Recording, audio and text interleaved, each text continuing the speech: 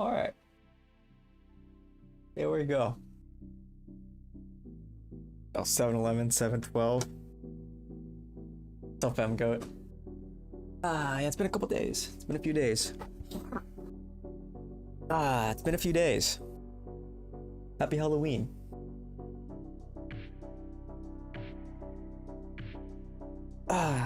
No Mexican Coke this time, just regular canned Coke. Is what it is. Big show. What's up, Smelly? Big show. Lots to talk about, lots to get into.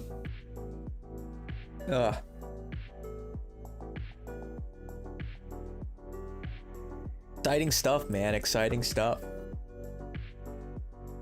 What is this? Oh, right. That's dinosaur shit. What's going on? What's going on, M-Goat? How's it going? Everybody having a good Halloween?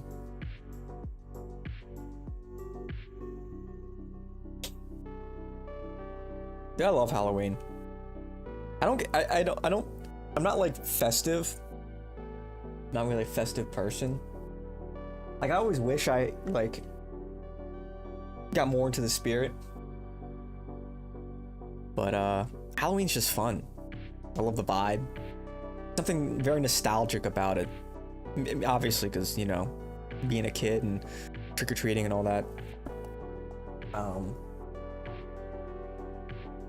Just reminds me of the days of like going to like that, you know, like those like haunted like farms and carnivals and doing all that kind of stuff. The late nights and the pumpkin patch and whatnot. And Goat tips fedora, lady. Waiting for the Jays game.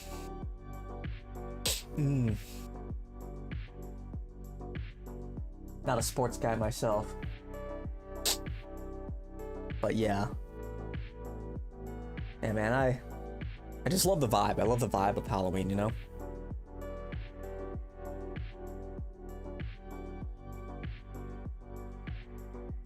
Late night, getting up to no good, you know? Spookiness. So, yeah. Chan Wang half. Yes, very true. We Wang half. We Wang half. We are Wang half.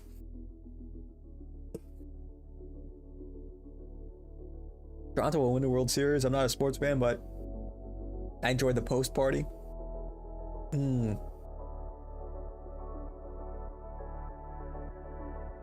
Yeah. I get that. Being from Chicago, I remember, you know, all the times, like, with the Blackhawks winning the Stanley Cup, or like the Cubs finally winning. What's up, Razor? How's it going, dog? Yeah, but today I wanted to talk about, now people are kind of coming in here, just generally like how things are changing, very rapidly. You know, Nick, his popularity has exploded, and we're seeing before our eyes a paradigm shift, where now Nick, and they've have no choice but to admit this, got a lot of power. He's got a lot of leverage. Most people, frankly, in our space agree with Nick way more than they would agree with somebody like Mark Levin. They don't want the Dodgers to win. Don't need these Knicks thing out. Crazy. Also, I love watching clips of Pope Leo at a game. Does he still go? Does he still go to games? Anyway, I think it's really interesting what's going on right now. You know, never thought I'd see the day. No, old clips. Gotcha. Yeah, I don't know how much he really gets to enjoy sporting events nowadays. I'm sure he's very busy, and you know, not in America for the most part, being, you know, stationed at the Vatican. But yeah, Um, very interesting. And it is at the point where anybody in our space, and more broadly, just in American politics in general, you know, they're sort of like overlapping Venn diagrams, I guess you could say. First, they're going to have to be critical of Israel, or at least indifferent. Like, Israel's a big issue, and then the identity of America is another big issue. Well, ICE is like, oh, let's support immigrants while we welcome other immigrants from the lottery and also those who paid for green cards. Yeah, it's just not serious. ICE, the Trump admin's not serious about these deportations. But certainly that's where we're at. That's where we are, and it's wild to see how quickly things have changed. I remember like 3 years ago, in like August, I said it's gonna take like a mainstream celeb, like a superstar, a major celebrity with real power, like real influence, that's gonna go up and talk about these issues. And of course, a couple months later, Ye comes out, and that was like one of the big red pillings. There's a lot of you know, Ye, Kanye West fans were getting red pilled because they were listening to Ye and listening to his story and how he was getting canceled by the Jewish mafia for talking about this stuff. I gave like a timeline. I said like within, what did I say? I said within, what was it, like a year? I said within a year, the problem of Zionism will become mainstream. And then within 18 months to 2 years, the question of Jewish identity will become mainstream. And this is in August, and I know, you know, you guys weren't around to, but it is kind of funny how that came true. That kind of pretty much came true. Here we are, you know, and even a year ago, people were talking about the Jews, and then now Nick's generational run. It is like it's the major issue, I think. Going into certainly the 2028 presidential election. What's up, Hippocratic? Think the best content? Oh, the glaze. Well, even though I'm saying that AIPAC controls America, don't take Kanye West seriously. He actually likes this kind of attention to keep himself in the media. I do take him seriously. I do. Why wouldn't I take him seriously? I mean, he likes to have fun, he likes to joke, and, you know, I mean, he's got his vices, he's got, you know, things that I don't agree with, but he's a billionaire. Why would I not take him seriously? I don't think all of this is a ploy. I think he's genuine. I think he's being honest. I mean, listen to his musical repertoire, listen to the stuff he says. I think he is nothing if not like being true to himself and honest to his truth. Whatever you make of that, like, I genuinely think he is. I don't think he's lying. I don't think there's a pretense. I think you're getting a genuine person. People may not like that, but I think he's being 100% honest. You've been thinking over what Nick said the other day about Matt, the other Matt and Michael. We need our versions of those guys 50-fold. Yeah, that is like the most disgusting, just sellout. It's I don't know, and I don't know if you guys have seen the clip.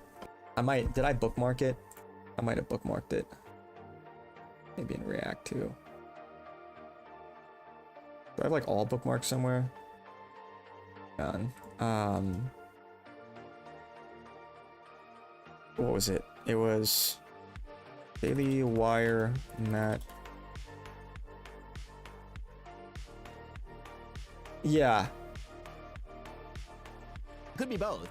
Just like, dude, you want to talk about Catholic Inc. Imagine being a Catholic working for this non-Catholic and sit here in this panel as he mocks your religion. It could be both. I mean, it could be both of those things actually.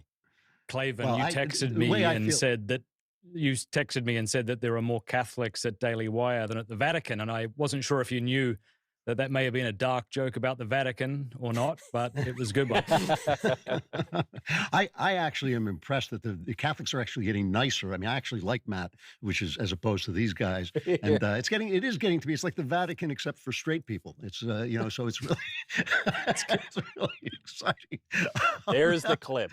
I object on the record to that. I mean, Matt Walsh just looks like he's being held hostage at this point. It's like, but bro, how can you sit there and fucking laugh at that? They're insulting your religion. It's one thing, like, look, and I'm not saying we need to be like overly zealous. Yeah, I think we can afford grace. I think we can be critical of ourselves and laugh at ourselves. But these people have shown nothing but contempt for Catholicism. They're not on our side. I mean, seriously. Can you imagine if one of these guys made a joke about, like, the synagogue of Satan or sucking on baby penis?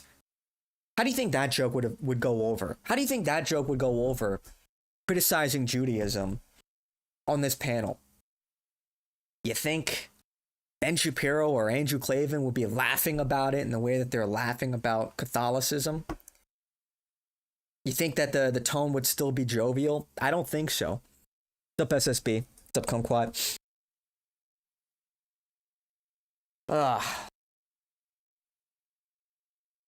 Yeah, 4.5 million views already on Tucker's interview. Yeah, it's huge. It's enormous. You're not America First unless you have a dancing ghost. Yeah, true.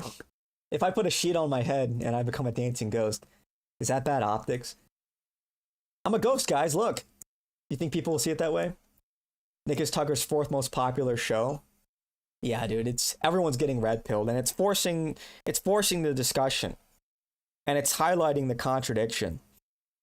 All these people that say that that purported to take principled stances on cancel culture and free speech, it's like clearly the double standard never been more obvious. These people are not principled. They sound just like the liberals and leftists that they've denounced for years for canceling conservatives. And that should really kind of, I think that should really be, it's very revealing. I hope that people clock that. Who are the top three? What? I think Putin is number one. Yeah, I don't remember what the other two. Okay. George Falls. Okay. Ben Shapiro threatens American national security, yet he hasn't been stopped by the media. This raises questions. Yeah, dude, how can Josh Hammer, who called for the neutralization of Tucker and Nick, how is he not completely canceled? He should be under investigation, quite frankly. And here's the thing. Here's the interesting part, and this is one of the things I wanted to talk about today. Notice how much clout and leverage Nick, America First, how much he's gaining, how much credibility he's gaining. He's becoming, if he isn't already, the new authority on these matters. Just based on his story and just based on how his opposition clearly are not principled, clearly they're not looking out for our interests, clearly they're not who they say they are. People like Ben Shapiro, Andrew Klavan are not America First. We don't care what they have to say, period. So notice how Nick, now being an authority on the matter, has the opportunity, he has the leverage to cancel people, to act as a gatekeeper. And in a way, he already is. Because look at how Nick, and this is a good thing, look at how he's gatekeeping America First and this nationalist movement from people who are like violent, extremist types. And he's denounced it constantly. These people who are saying you're not, insinuating that violence is necessary because you're not going to vote your way out of it. Insinuating we need some kind of violent revolution. Look at how he's kept those people at arm's length this entire time, knowing that they're a liability, but also that that's not what this movement is about.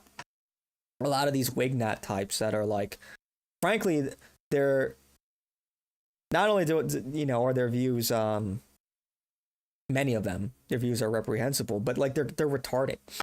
They don't really understand reality, and they don't understand politics. That's one of the biggest red pills I think that most people will never understand, is how things really work, is how politics really works. It's just like they don't understand the idea behind like coalition building. They don't understand the idea, like what optics is. And it's like, it's surprising because a lot of this stuff is just first principles thinking, but it's like, it's totally recondite to all of these people. They just don't understand.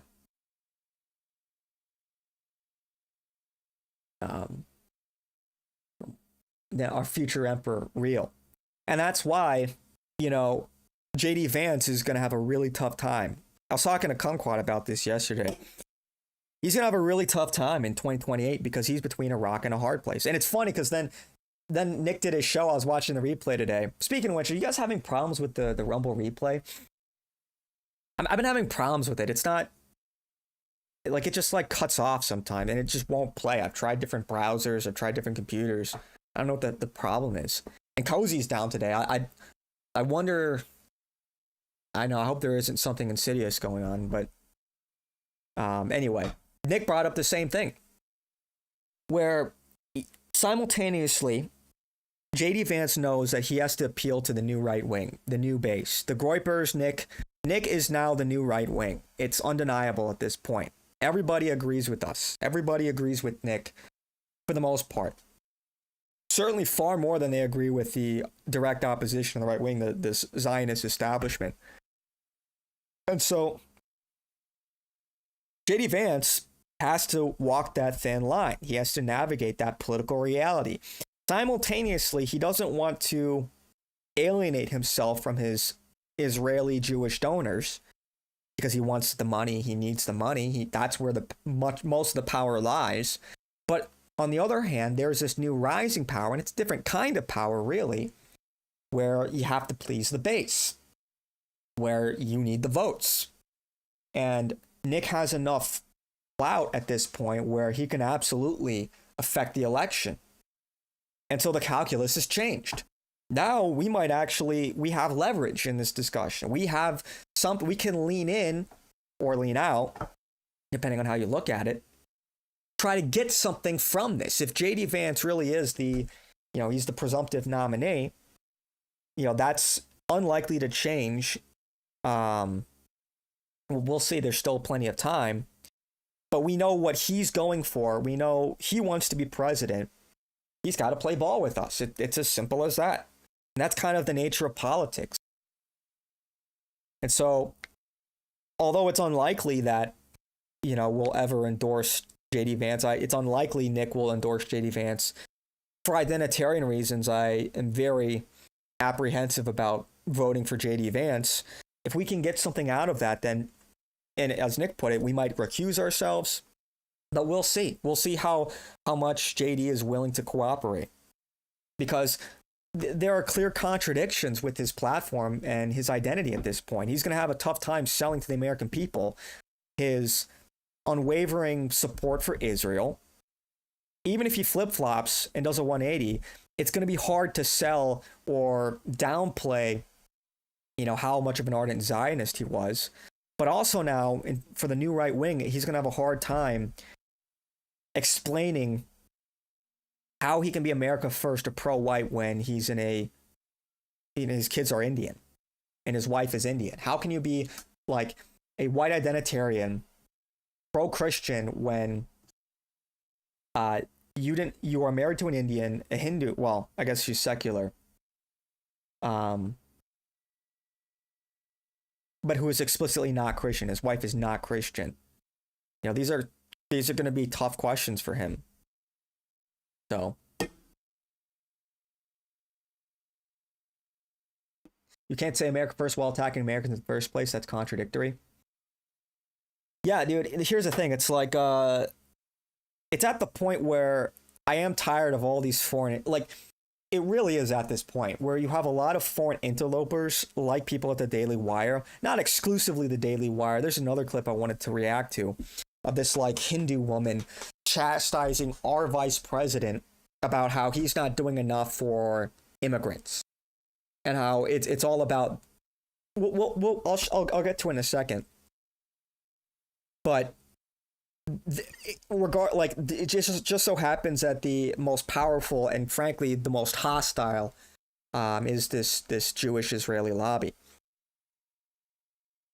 So, but we're at that point where it's just like, hey buddy, Americans are talking about our country, what's best for our country, but we think, why, at this point, who cares what these whether these Zionist shills or these Israel first Jews have to say? Who cares? They don't like us. They don't care for us. They detest white America. They detest Christianity. It's like, okay, like why would we give these people a seat at the table? If they're unwilling to work with us, and they've been unwilling to work with us for years, they've kept these ideas from the mainstream for years, do they understand like where things are going? If they've demonstrated that they're totally unreasonable, totally lacking in humility or self-awareness, it's like, okay, well, if we can't work with you, then what's the expectation here? We're going to decide things for ourselves. We don't actually need input from the peanut gallery. So it's an odd joke because Clavin's son is married to Josh Hur. Yeah, that's something I said on Twitter. It's like, here's a guy where he's and recently he also compared Andrew Clavin, that is,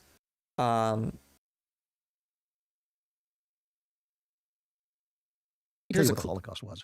Here he's comparing the Holocaust to Christ's crucifixion, Christ's sacrifice on the cross. And this will drive some of you crazy, but it's true.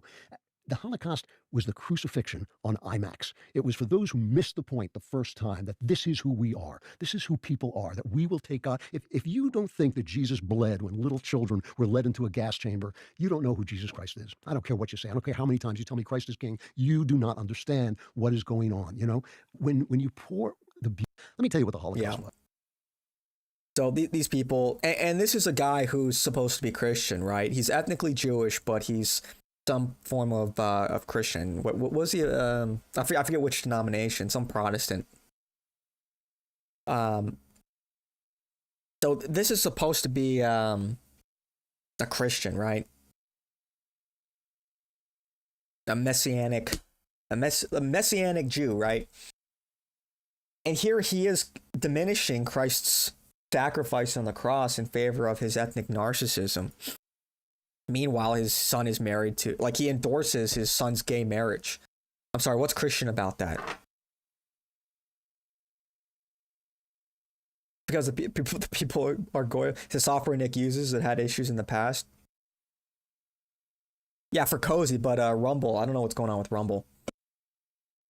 Well, the question is, how can America be first while Americans who oppose what AIPAC and the Zionists are doing in Palestine are being attacked?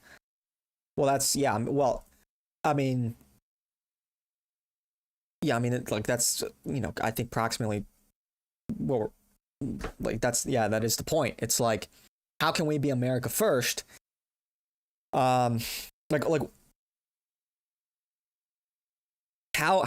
is it America first? Let's just ask this question to support what Israel's doing in the Middle East. Even if we decouple the morality from it, even if we just look at the benefit that we seek to gain from involving ourselves in that conflict, what do we get exactly out of this? Where it's costing us, well, over the course of the last 24-year global war on terror, it's billions of dollars, the goodwill with the international community, thousands of American lives, over 1 million Middle Eastern lives. It's created a refugee crisis and further destabilized the region. What do we gain from that? What if we are firmly based on the interests of America? What do we gain out of our involvement in this?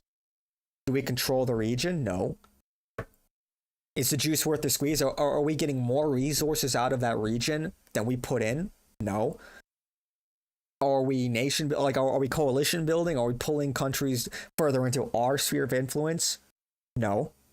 So we're not more powerful as a result of this. Our power has actually been diminished because of the economic impact, the social impact, and the diplomatic impact that these wars have had on us. So it just doesn't make sense. It just obviously doesn't make sense to support Israel. So, and that's before we even talk about the morality of it. But we need 50 Matt Brads, 50 Matt Walshes, and 50 Michael Knowles on our side. I'm sure they're out there, and we need to support them on different levels. Well, yeah, we just need new people. Honestly, dude, like, if these people don't want to use their platform for good, then, like, their platform should be diminished. Like, at this point in time, what credibility do these people now have? Like, how can, like, and I think Matt Fradd is probably the most egregious because he just signed up for this. He just signed on to the Daily Wire. Do you not know what the Daily Wire is? Who these people that you're now taking money from, what they represent? I thought you're supposed to be a faithful Catholic here.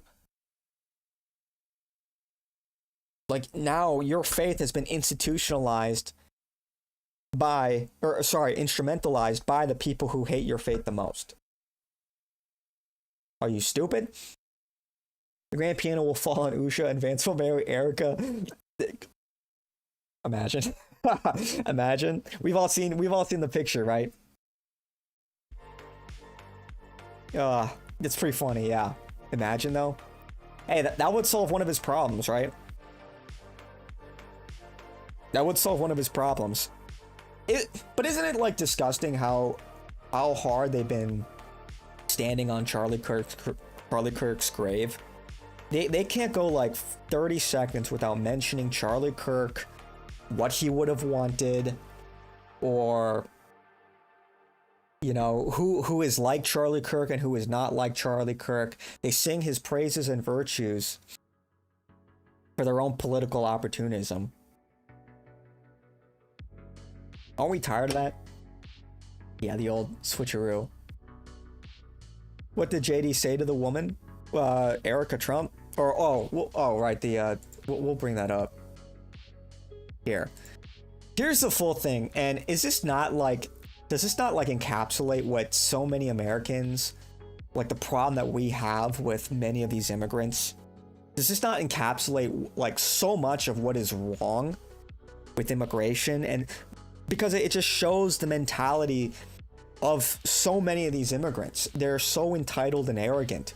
Here, we're about to watch this, you know, presumably Indian woman, foreigner, with the thick accent, chastise our sitting vice president in such an entitled and arrogant manner.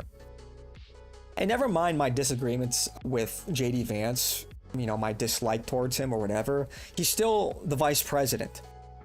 You know, you don't have to salute the man, but you salute the position. There's a certain decorum. There's a certain amount of respect that you show. But yeah, let's just react to this real quick. Real quick.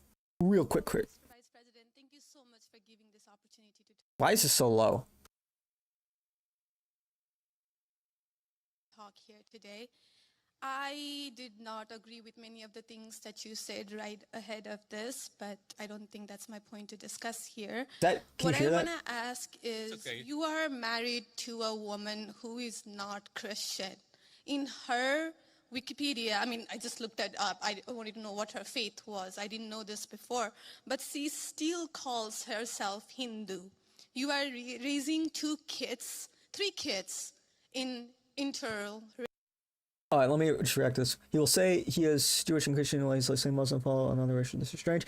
The logical next step would be for the America First Party to establish some policies. No, Nick, to this point, has been mostly a grievance figure. It's time to start calling for specific policy change. No, he's been very, and actually, if you watch Nick's show, he's been very consistent on this. He has advocated for specific policies. He's advocated for a positive vision. He has a gripe with people who only deal in grievance politics. It's one of his criticisms of people like Matt Walsh. You know, it's one thing to have negative, sort of like negative criticisms. It's another thing to have a positive vision, to argue for something in the positive. Because everybody argues, oh, we need to destroy woke culture, we need to get rid of, the tranny stuff, the global homo, whatever you want to call it. We have all these problems in America. But Nick advocates for a very specific, frankly, parochial vision of what America needs to be and the kind of values that we need to represent and what that actually looks like. And so this was a big thing last year when he made his case for why he wasn't voting for Trump. There were two big policy reasons preventing him from voting for Trump and endorsing Trump. One, Trump did not say no new war, specifically no war with Iran. He did not make a pledge or a promise not to engage in a war or any kind of conflict with Iran. He didn't do that. This is before even most people had Iran on their radars. Second, he said no more immigration, shut down immigration. And furthermore, we need deportations. And that's the distilled version of that. But that was the thrust of why he wasn't voting for Trump. So if if people listen to Nick regularly, you'll see like he has a positive vision. He talks about it every night. He has his policy. He has built this platform. Why do they attack them and call them terrorists if they defend themselves? Well, if you don't want terrorism, why do you attack them in the first place? Well, I mean, look, we can get into the details or even the semantics of it, but yeah, I mean, Israel is kind of the grandfather of terrorism. He's wearing sweatpants, ALO. Others are wearing suits and ties. Yeah, I mean, it's just like, dude, look at this shit. Come on. What's going on here? You're talking to the vice president of the most powerful country in the world. It's like, clearly there's just where's the modicum of respect, Do you even understand what is occurring here? I genuinely think a lot of people, it's not clocking to them. Like the civility, this idea of civility. But whatever. I'm saying he needs to start establishing an actual platform. Isolationist is only one policy. He's not an isolationist, though. This is what I'm talking about. Like, he's not an isolationist whatsoever. He actually advocates against isolationism. It's not a realist position. So, like, he has a policy platform, but I don't know. It's like people... I don't know if, like what would be best if he writes it up on, like, a website or something? Maybe. But... I watch it. I watch a show every night, like for 5 years now. He has a well thought out platform. He's not and this is what I'm saying. It's like if you watch his show, you would know he is not an isolationist whatsoever. He, along with many others, and I've fallen into the same category, not the glaze, but even other people like Richard Spencer. Where it's something more like imperialism. It's this recognition that America is an empire. It's really the inverse of isolationism. And America should be an empire. It's like you don't think China or Russia or any serious country is thinking in the same way. It's just most countries, most leaders, they don't have the material. They don't have the possibility to do so. They're constrained either due to their geographical reality or their human capital reality or their resources. They just don't have, let's just put it this way, they don't have the resources, they don't have the means to become a global empire. But, make no mistake, every single country reasonably would leap at the opportunity to become the new global empire or hegemon. I think that's just common sense. You'd be remiss if you didn't think that. Andrew Klavan is a supersessionist. The Holocaust supplants Christ crucified. It's like it's their new religion, isn't it? And she needs a poo turban. Yeah, it's just like the flagrant disrespect is just nauseating. But we'll let this clip play out in a second. well, as a Saudi, when I go to America, I don't really care about voting for any president there. Even if I work there, after all, I'm not American, so why should I care and interfere in American affairs in their country? That's how I see it. Sure. Here's the thing. I understand why foreigners would want to interfere with our politics. I understand why somebody like, I don't know, let's just take a random country like a South Korean would come to America and try to influence the American politics to benefit them. That's just kind of human nature. It is what it is. And don't get me wrong, there is a way where it can be mutually beneficial. For a country like an empire to interfere in the meddlings of another country. And, if you have a benevolent leader, I don't think every leader in the world is benevolent, obviously, but it's kind of, it's a case of like, look, you're either going to conquer or you're going to be the one being conquered. It's as simple as that in a certain sense. And I'm not advocating for like violence or anything, but that's just the reality of power.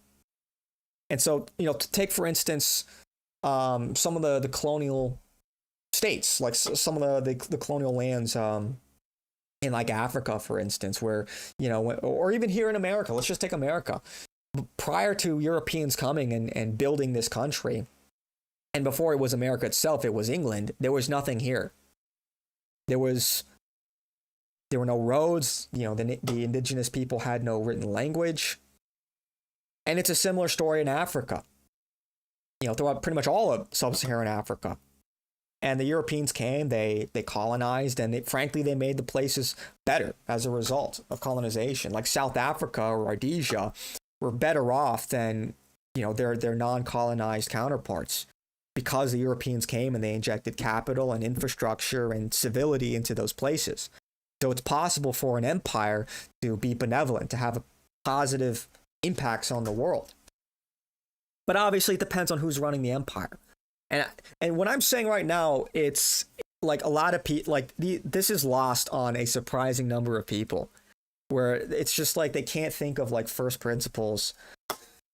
It's just lost on them. It's totally lost on them. I don't know.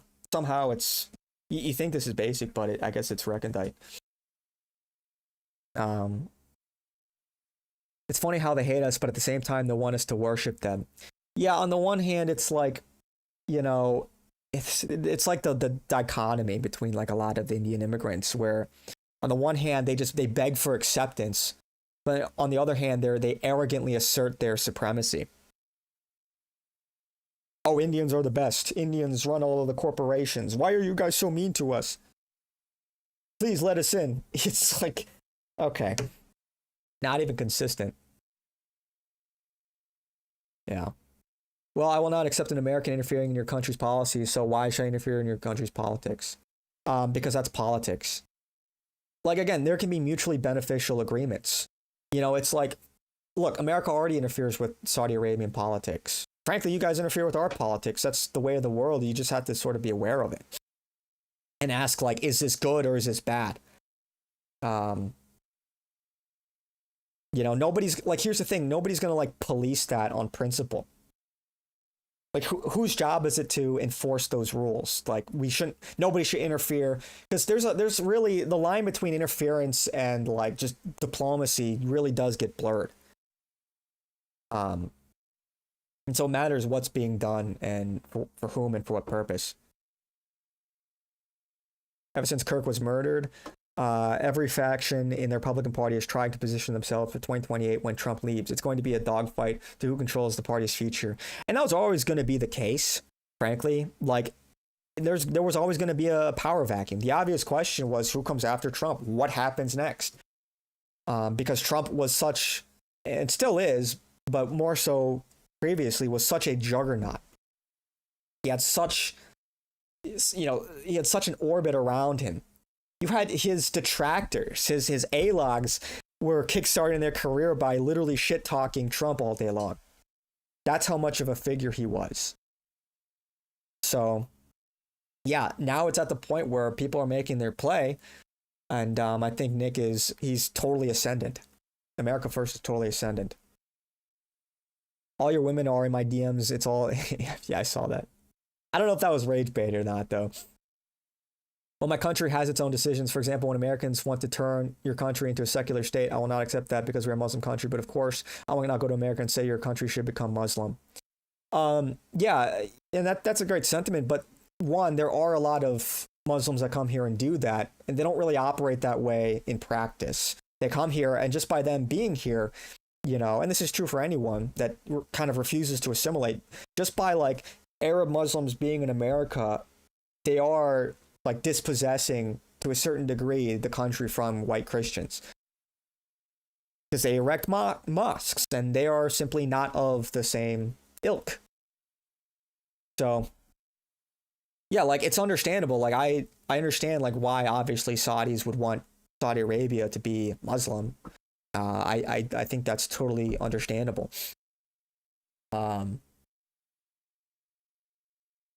I mean, like and like that's where me and an American, a Christian American, going to Saudi Arabia, I would know my place. I'm not going to go there and say like, I think you guys need more, you know, American or white or whatever non-Arab Christians in power. Who the fuck would I think I am doing that? You know, how arrogant would I have to be? How like lacking in self-conscious for me to do that, or rather self-awareness. Anyway, Mark Levin is big mad. Oh, he's seething. As Saudis, this is our perspective. We do not interfere in your country's politics as long as you don't interfere in our country's politics. But you already are. Like, you are interfering. And like, you know, I mean, look at like look at the Saudis' sovereign wealth fund, for example. Look at how much you're investing into like media, whether it's like esports, video games. Like, you guys just bought out EA. And of course, there's an Israeli connection there. You know, the Abraham Accords. You know, look at the normalization between the three countries and how that's dramatically benefited Saudi Arabia. So it's like there's the sentiment and then there's like the reality. And because I mean, and again, you might think that, but what do your leaders think? So I think that's just the reality of politics. It's like people are going to interfere with one another, and if you don't, then I mean, look at China, for instance. Look at how they're also ascendant. You know, this century is theirs because they made all the right moves. They're technically interfering in all these different countries with their Belt and Road Initiative. You know, they invested like $50 billion into Venezuela. That's big money. You would obviously call that interference. But Venezuela, they saw that as an opportunity to enrich themselves. In the same way Venezuela was, you know, they were receiving military hardware and training from both Iran and Russia. Now, from one perspective, you can say that that's foreign interference in their country. But from another perspective, that's Venezuela arming themselves to be more of a military and economic powerhouse in Latin America. So it's not as black and white. So, well, the acquisition was at the company's discretion. They sold it, didn't they? That's the reality. No one forced them. Well, that's what I'm saying. Like, people will do things that are in their interests, you know? And you can scale that up to countries. Countries are going to do stuff that they think is in their interests. And so interfering, or whatever you want to call it, influencing foreign countries absolutely falls into that category. So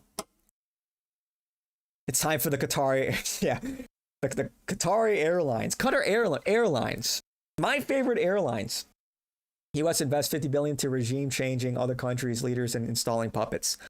Yeah, we do, and I think there are cases where that's bad. I don't think you have to always take the most like violent or disruptive approach to influencing. Like, it obviously matters how you go about this. And again, it goes back to who runs the country and what do they stand for. Like on principle, I want America to be an empire, but the problem is that, you know, America is being run by people that I don't like and I don't agree with. They don't like me. That's kind of the problem. So the reason for their acquisition is that they already have a focus on esports. Well, you know, they're putting money into these things. You could call it money, you know, money laundering, whatever. I don't think you have to go that far, but look, they've got a lot of money and they're investing in this shit. Like, I don't knock them for that. You know, a lot of people are like, they're kind of butthurt that the Saudis are like buying into a lot of these companies. Like, they bought EA. They're heavily investing into esports, for example. But it's kind of like, well, rip bozo. You know, why don't you raise billions of dollars, or like, you know, maybe our government could do something similar. You know, it's like you snooze, you lose. You know, at a certain point, you kind of have to respect the hustle. So in a certain sense, it's like, yeah, like obviously I'm against AIPAC, I'm against Israeli interference, but like, look, they had the game on lock. You gotta, in a certain sense, respect that. Yeah. You have a dedicated esports league and it has a lot of popularity. We love esports. Yeah, but that's what I'm saying. It's like, yeah, so you did something in your interests. Like, I like Team Falcons. I follow their Counter-Strike team. You know, a lot of people are crying about that. But it's like, look, you know, where's the American money coming into the scene? But we can go on and on and on about that. This dumb Indian chick talking about why religion should be a part of America. Isn't India known as the nation of Hindus? Then cry. Indians cry too much about everything. Yeah. I'll mind you the next time you play on dogshit EA servers, rip bozo, you make your own server. Okay, that has nothing to do with this. That has nothing to do with this. The reason I'm against AIPAC is not their interference in American politics, but because AIPAC actually wants to control the Middle East. Well, once again, you framed it in terms of your interests, right? Yeah, and look, I look at Israel as a hostile country. I don't want them to be powerful, frankly. I think they should answer to America because we've invested so much into them. And that would constrain them from just bombing everybody. Saudis took over our servers and they gave us bots. They were already like that. Don't you ever gave you dog shit servers on my Goyslop game? What, do you have the memory of a goldfish? Cultural, racial, religious household. How are you maintaining, or how are you teaching your kids not to keep your religion ahead of their mother's religion? Or how are you teaching them that your kind, they're that kind who got here just few years or few decades ago is different or is better than your mom's kind who got here just a generation before? How are you balancing that? And when you talk about too many immigrants here, she's wearing a carpet, man. When did you guys decide that number? Why did you sell us a dream? You made us spend our youth, our wealth in this country and gave us a dream. You don't owe us anything. We have worked hard for it. Right, we don't owe you anything. It's like, let's just do a reality check here. Would you rather spend your money and your youth in America or in India? Okay, first of all, and if you prefer India, fine. Then you always could have lived in India. You always could have lived and worked in India. And you would have you wouldn't be sitting here, you know, berating your, I don't know what their, you know, secretary or, you know, vice PM is, what his title is over there. But you wouldn't be doing that because he would be looking out for your interests, right? Because he's Indian and he's Hindu, presumably. I don't know who the vice PM is. But certainly if you were to talk like Modi, like you would not be having this conversation. So it's silly. Anything that takes control away from the interests of the American nation should be banned. Another foreigner just like chastising Americans, how America should be doing things. It's just aggravating, man. It's the arrogance is just so frustrating. But yeah, look, we need to put America first. And that's totally reasonable because frankly, every other country is putting their interests first. Or at least that's like a reasonable presupposition when dealing with like China. Obviously to varying degrees, like some regimes are puppet states, but you look at the most successful countries right now and clearly they're pursuant of their own interests. China very much has a China number one policy. It's obvious. That's why they're fucking farming right now. You can't blame them for that. So it's I think common sense. Yeah, she can barely speak English and she's just berating our vice president. How embarrassing. Tony is terrified of autocorrect. Do you think a Democrat would ever take a hard-hitting question like this? Well, they'll be forced to, I think. But look, I think, and I'm not a Democrat, but I look at, conservatives have always sort of touted themselves as taking a more principled stance on free speech. And that's kind of why there's this contradiction, this double standard that is so much more egregious, I think, in the right wing than the left wing. Because for years they talked about how, they'll debate anybody. The best disinfectant is sunlight.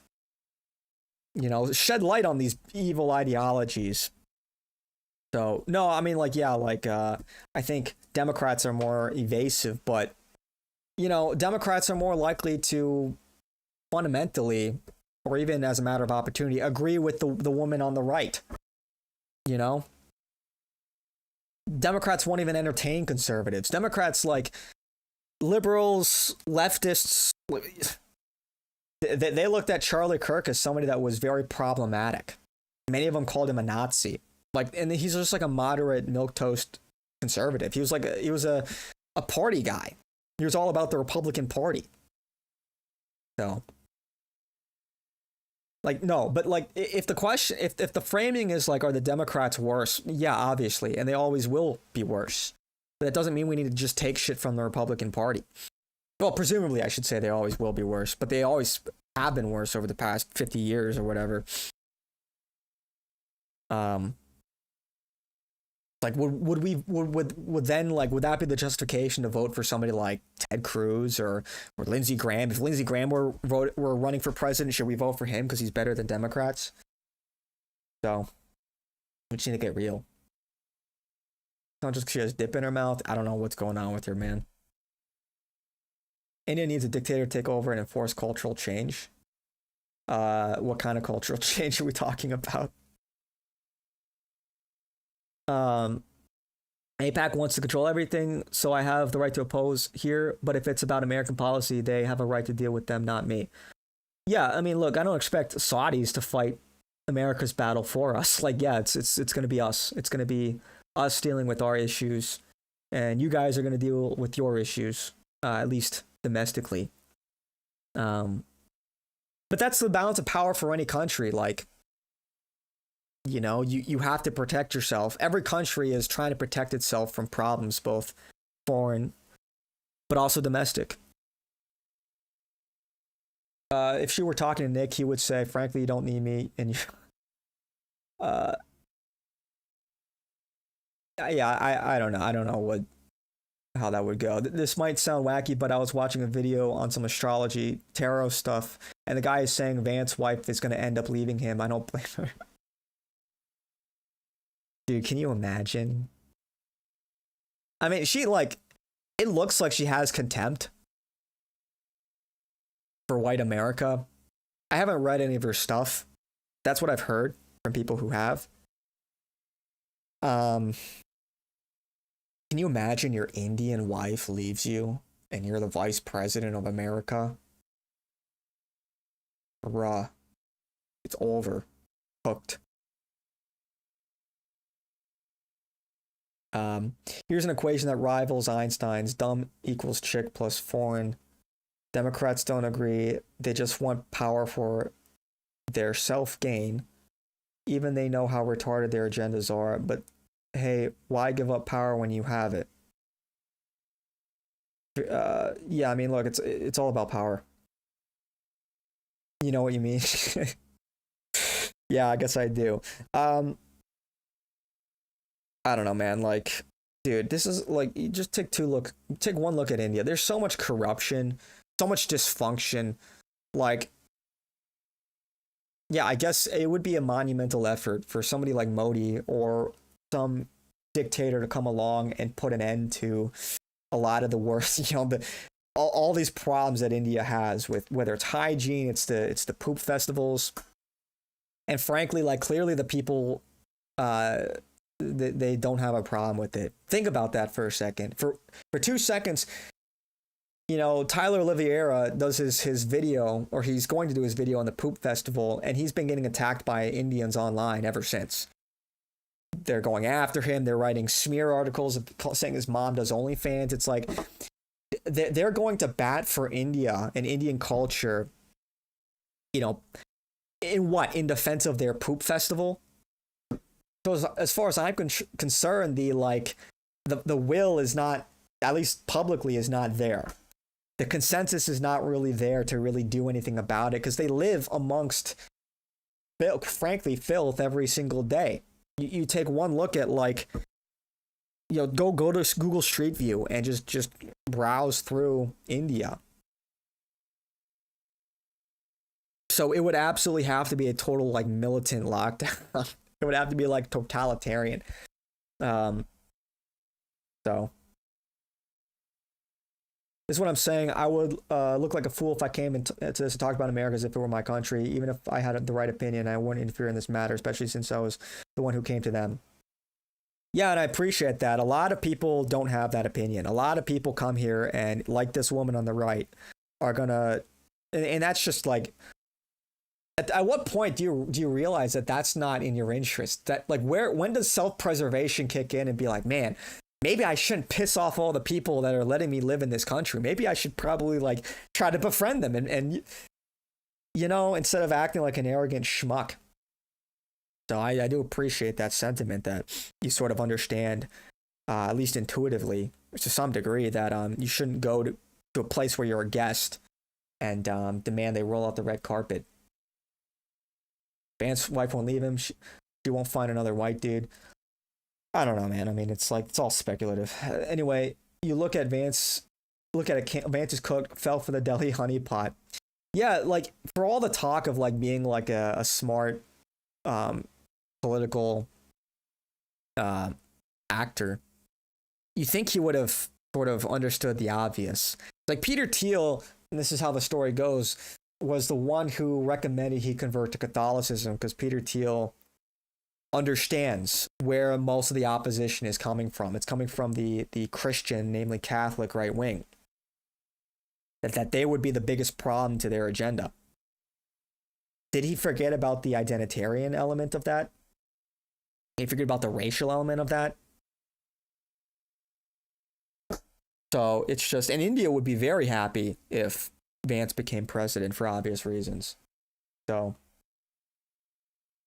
yeah, you put JD Vance and his family and Gavin Newsom and his family side by side. Who's winning the optics battle there? Does this woman realize we still allow immigrants? Illegal immigrants were never invited, even though policy let them in at times. Look, immigration has been vastly unpopular for decades. It's not like 2 years ago everyone woke up and decided they actually wanted less immigration. In terms of public support, they've always struggled to gain public support from that in the right wing. Oops. The corporations, obviously, they want, and the financial sector, they want their immigrants. They want the cheap labor. But the people have been against it for a long time. But one thing is for sure, Charlie Kirk's wife does have the hots for Vance, and it won't be a bad day if Vance switched from his wife to her. I'm not having any Indian children, bro. Not Indian, not Asian, only white and Middle Eastern. Are you Middle Eastern, Buck? It's not my country, so I shouldn't interfere in their policies, in their politics, if they don't interfere in my country politics in the first place. Yeah, I mean, on principle, sure, but there was a point where, when does it become interference? If I'm president, right, and you're president, and I go to you, and I say, hey, I've got a business proposal. Let's say you've got some resource, you're an oil-rich country, and I want your oil. And let's say I've got something you want, and we make some kind of trade deal. Maybe, and this is kind of like really how it's working right now. Essentially the arrangement, you give me oil, and I give you like certain security guarantees. No, but they look similar. Well, Canada was interfering with that anti-tariff ad they ran. Yeah, like Canada doesn't want tariffs on their goods. It's not good for their economy. India, India, China, they don't want the tariffs. So they're going to try to put pressure on American politics where they can. Ugh. So. Or how are you teaching your kids not to keep your religion ahead of their mother's religion? Or how are you teaching them that your kind, they're that kind who got here just few years or few decades ago is different or is better than your mom's kind who got here just a generation before? How are you balancing that? And when you talk about too many immigrants here, when did you guys decide that number? Why did you sell us a dream? You made us spend our youth, our wealth in this country and gave us a dream. You don't owe us anything. We have worked hard for it. Then how can you as a vice president stand there and say that we have too many of them now and we are going to take them out to people who are here rightfully so by paying the money that you guys asked us? You gave us the path, and now how can you stop it and tell us we don't belong here anymore? And one more thing. Do you have to There's a lot there. I don't know if I'm going to remember all this, but I will try. I'm sorry. I had to say all of this, and please take it with due. I'm saying all of this with due respect. Go ahead. Please. I have no intention of causing a scene here or anything. But it's like, I'll just pause for a second. It's like, you see how like, how is it, she said this even, we don't owe her anything. We don't owe these immigrants anything. But how is it like outrageous that, and I'll give Vance a benefit of the doubt here, that like a Christian man, a white Christian man, would have a greater affinity towards white Christians, just as a matter of identity. It's like, hello, lady, reality check. Do you think people and their religion, they just like something that they don't care about deeply? Like when you're Christian, that is your worldview. You believe it to be correct. And it's fair to say that you all, like Hindus, they also believe that their worldview was correct. So the idea that you wouldn't, through your worldview, that wouldn't dictate your actions, it's somewhat preposterous. So when she asks like how he could put his version, like his religion above his wife's or whatever, his culture, it's like, it's, first of all, it's kind of human nature, but second of all, does that not align with America's history, its culture, its values? It's European and it's Christian. Why, like, the idea that this is like such a ridiculous concept. It's like, this is really basic stuff. Are you going to pretend like you don't understand that? You're going to be obtuse just to try to get European Christians to concede on that point for some like principled reason? Like, we need religious freedom. Yeah, at the same time, whatever, you might believe that because of whatever the founding fathers said. I love it when like non-Christians try to make that argument. Actually, Muslims had a big part in this, in the foundation of this country. No, they did not. That is so preposterous. I saw Mehdi Hassan try to make that argument, but I digress. It's like, I think you forget about the people that live here, the millions of European Christians, and I think that their opinion actually matters. I think I think that the way that they would want the country to look and how they would like the country to function, I think that actually matters. And I don't think that this idea that like foreigners will come here and they'll try to use our principles against us, our own identity, our own basic interests. It's just totally lacking in humility.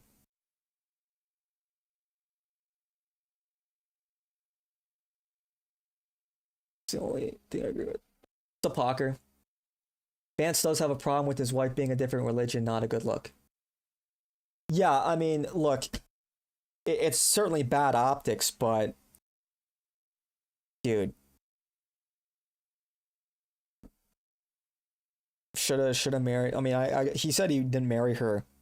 Like he married her when he was agnostic. But yeah, I don't know, man. Like, frankly, and look, I'm gonna be honest for a second. Like, a good wife, don't you think she would have converted with him? You know? Don't you think? Don't you think? Even if it's just a matter of politics or assimilation. And although I think obviously you should convert because you believe it to be true, but you know, I question JD Vance's conversion, but regardless, does she not understand what JD Vance is trying to do here? Does she not understand, like, hey bitch, I'm trying to become president. Can you help me out a little bit? Can you help me out a little bit? Maybe convert to Christianity to make the fucking election go a little bit easier. Yeah, you know what I'm saying? It's like, obviously this is a big problem for him. And obviously Vance becoming president would be better, and this is just facts, not just for his family, but also for Usha, for family back home, and frankly for Indians. Everywhere. But Indians in America, and frankly probably Indians in India.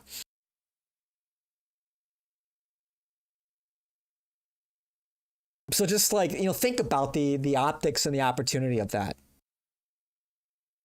But again, is that not a problem of assimilation? He would not have had this problem if he just married like an American, a white Christian American. Because it does matter. Like, she doesn't, and to her, like, fine, she doesn't want to convert, but what does that say? That's in her interests. That's her identity. Okay, so then why should we want millions of people in here, or an untold number of people coming here that don't want to assimilate, that aren't like us, have no interest in being like us? They're not making these like efforts to assimilate, and in many cases they don't have to because of these ethnic enclaves that arise because of the rate of immigration is so high. So people don't have to learn English because they just go to Little India or wherever. Anyway.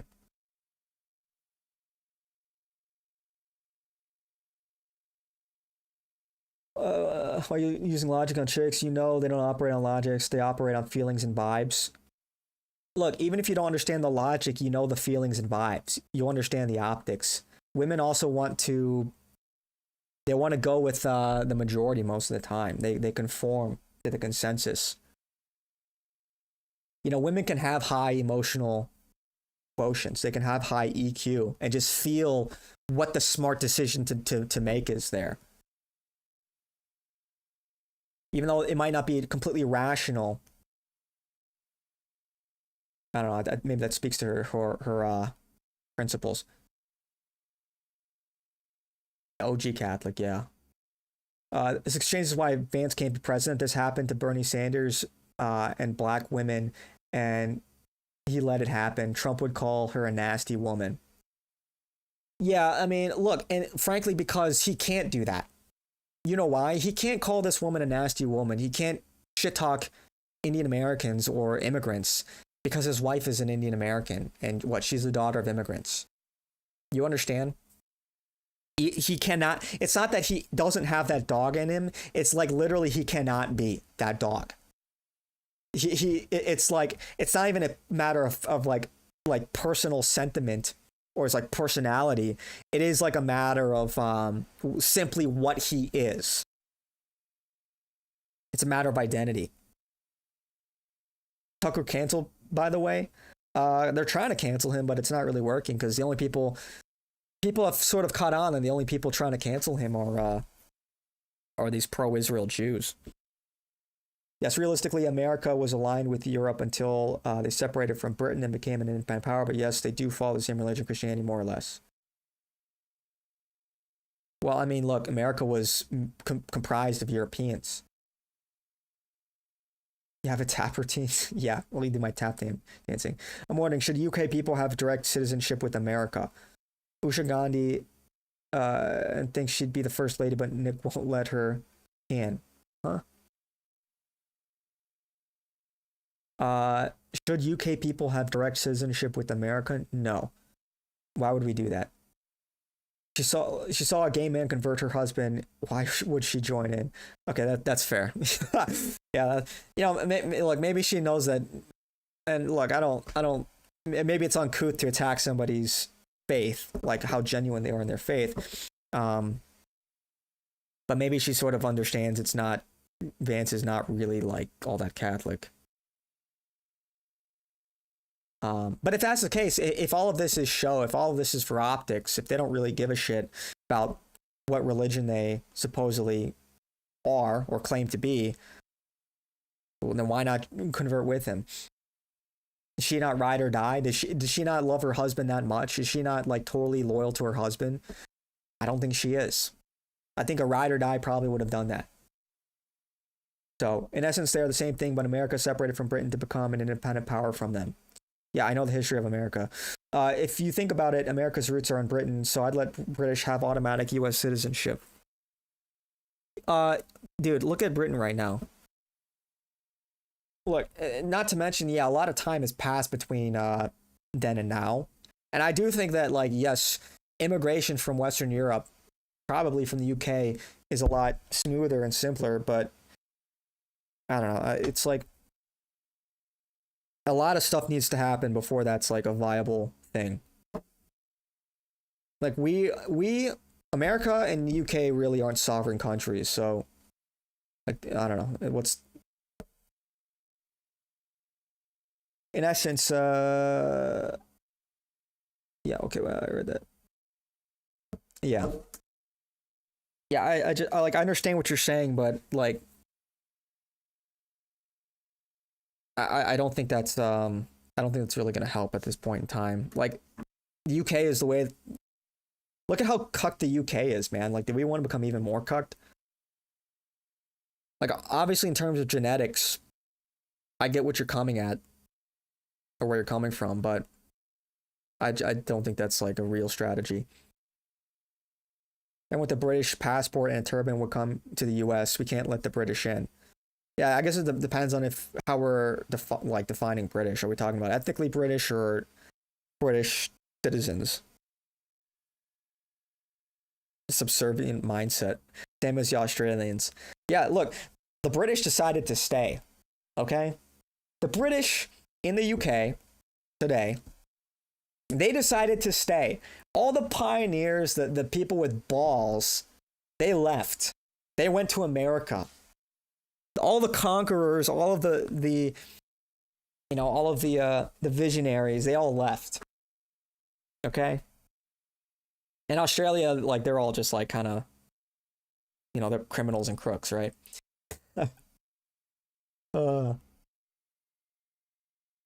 Yeah. Can't spell cuck without the UK. Well, there's a scene there, but yeah, I hear what you're saying. But we're not close to causing a scene, don't worry. But we talked about Christianity, all of this. I'm not even Christian, and I'm here. Oh, you're not even Christian. I'm shocked. Standing to so support. Why are we making Christianity one of the major thing that you have to have in common to be one of you guys? Because in order to be one of us, you have to be Christian because we're Christian. Hello? You just said it. You literally just stated it. Hello? You can't even speak English. And you're like, why can't I be one of you guys? Because you're not. You are literally, by definition, not. Do you understand? Why is Christianity so important to you Christians? Because we're Christian? What? Like, what? Is this Oh shit, man. Well, I didn't know that Britain was in a catastrophic situation until someone stole from my friend in London. When he contacted the police, they treated him as if it were an unimportant case. This was usual. Yeah, and most of the crime is coming from immigrants. A lot of Middle Eastern immigrants and immigrants from North Africa. That's why, like, you know, Saudi Arabia kind of figured out the strategy. To your guys' credit, like, look, different societies need to be built for different populations. And the Saudis realize that in order to get a lot of these people in check, you have to rule with an iron fucking fist. You try to pull some shit like that in Saudi Arabia, they'll like cut your head off. So you kind of have to contend with reality. You have to, you design your strategy or your policy based on the people you're applying it to and who's going to be running the show. Right? So that's why, like, there are a lot of like NatSoc guys who are like diehard National Socialists. And it's like, dude, how are you gonna apply National Socialism in America? That's not realistic. You're talking about a completely different demographic. You have to go back to first principles thinking. Like, we are talking about a nation which is comprised of people. Who are the people you're talking about? We have Germans here, but they're no means the majority. And so you have to adjust like your policy. You have to adjust like how you approach these problems, how you solve these problems. You have to be a little bit more imaginative. And I think a lot of guys are just not there. And that's why it's like they don't change their strategy. They don't change their practices. They still think like marching around in uniforms like the like those guys over at what is it, Patriot Front. Like that's actually doing anything, and it's not just an enormous liability. Like, it's not 1913 anymore. We have the internet. I think they would be way better off investing in like editors and clippers to make propaganda rather than marching in the streets and spending money on hotels, plane tickets, uniforms, and shit like that. Like, dude, there's a reason why Nick is ascendant. There's a reason why Nick is pulling like 40,000 viewers every night at various hours of the night. And like Patriot Front, Thomas Rousseau, a lot of these other people are just fading further and further into obscurity. And all they can do is cry about it. So many of these guys, it's like all they do is cry. Oh, Nick is brown. Look, Nick. It's like, dude, where's your movement? Where's your Tucker interview? Like, yeah, people don't really give a shit about Patriot Front or like what a lot of these National Socialists do because they're not really much of a threat. Nobody takes them seriously. And obviously there are good, there are good people that are like not groypers or that are like in the right wing that are, I guess you could categorize them as that, but are maybe doing their own thing. That's one thing. But it's another thing when you've got people like advocating for like public marches and stuff. It's like, what is that actually doing though? I think most people look at that and they don't take it seriously. And that's the thing. It's like a lot of these people don't understand that you have like why optics are so important because, it needs to be palatable for average people. I had that one guy come in here the other, like a couple weeks ago, try to argue that public support, like popular support, it doesn't actually matter. And it was the most retarded conversation I've had in recent memory. Because it's like some of these people genuinely don't understand what the fuck they're talking about. Really? It's not beneficial if your ideas are popular? What are you talking about? Just think about that for 2 seconds. So, I don't know, man. Yeah, that it's just the biggest red pill is you think these ideas are very basic. At least I think that these ideas are pretty simple and easy to understand, but time and time again, I guess it's just recondite.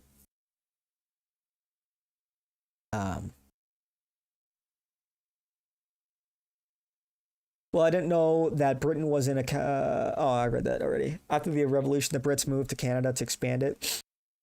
You can't be one of us because you don't speak the same smelly language. The founders were correct about our Constitution is made for a Christian nation. Yeah, well, yeah, most of them. Look, even, and here's another thing, and this might rub people the wrong way, but it's like, you know, the founders weren't the only people who had stake in the country. You know, the founders weren't like the only people that matter, actually. And if you look at the people who fought in those wars, who lived in those time, you know, in that time, and who lived and fought and built this country prior to the revolution, during the revolution, and then ever since the revolution, it's been overwhelmingly white Christians. Do their opinions not matter? Does their presence, does their stake in the country, their influence, is that just irrelevant? You know, I just love this, like, people think like it's their trump card. Oh, you know, what was it? Thomas Jefferson owned a Quran. Okay, so he was a heretic? So that's why we should let in like infinite like Muslims or Hindus or whatever into our country because of like one person. And I, you know, even Thomas Jefferson wouldn't have advocated for that. Like, if you think for a single fucking second that the founding fathers by any metric were not like vehement like racists or white supremacists, like by every standard, if we were to transplant the founding fathers into 2025, they would be called white supremacists. And they would, like, Charlie Kirk would have canceled them. They would have been canceled out of American politics. It's not even close. It's not even like debatable. Does anyone think for a second the founding fathers in practice would have looked at like Mehdi Hasan and said, oh yeah, sure, come on in. You're just as American as any of us. Do we think that for a single second? So these people are not arguing in good faith. People like Mehdi Hasan, or like I've seen another account like Khaleesi, are literally just finding ways to contort our own morals, our own principles, our own history to justify their existence, their presence in our countries. So, and it's just the complete wrong approach. Rather than approach it with humility and respect and decorum, a certain reverence for the people and the culture of the host country you are now inhabiting, they're gracious enough to allow you in. And instead of recognizing that and appreciating that and defending that, you're going to attack it. You're going to sneak in your own to try and change the fabric of the country. It's like, no, dude. And I say this as somebody who's mixed race. You know, I'm half Japanese. And I recognize, like, look, I don't want this to become a Japanese country. I don't want people to start, like, I don't want, like, you know, these Shinto, like Shinto temples being built up everywhere. I don't browbeat America about the concentration camps. You know, my grandma was in a concentration camp on the West Coast in World War II. And you know what? She never disavowed America. She always loved this country. She never held it against the country, never talked about, like, you know, making a big stink about the white supremacy or the racism or demanding reparations. The grievance, she never made it about that. So it's just like this is what the common understanding needs to be. And the next clip I wanted to bring up, which I know a lot of like Wignats there are seething about because they don't understand the context behind it, was, you know, Nick said last night that, you know, he opens up the olive branch to anybody regardless of like race, you know, if you are America first. But you know, a lot of Wignats don't understand the context of what it means to be America first, which is really outlined by what I just said: an appreciation, a respect, and an assimilation to European culture and Christian culture, and the people, of course, that, you know, Europeans and Christians themselves. That is America first. So I'll play that clip in a minute. I don't love the clip out of context because you can see why people would have a problem with it. But yeah, because a lot of the Wignats are just they're going crazy about it. But anyway. It's like saying, why is Islam important to Muslims? It's really stupid. Yeah, look, it's just like self-awareness, man. It's like, read the room. Who built this country? Christians. Look at Saudi Arabia. Who built Saudi Arabia? Muslims. It's just like at some point, just you have to contend with reality. Understand like what room you're walking into. Mexican canceled your free show. wait, is it canceled tonight? He's probably enjoying his spook fest, Spooktober.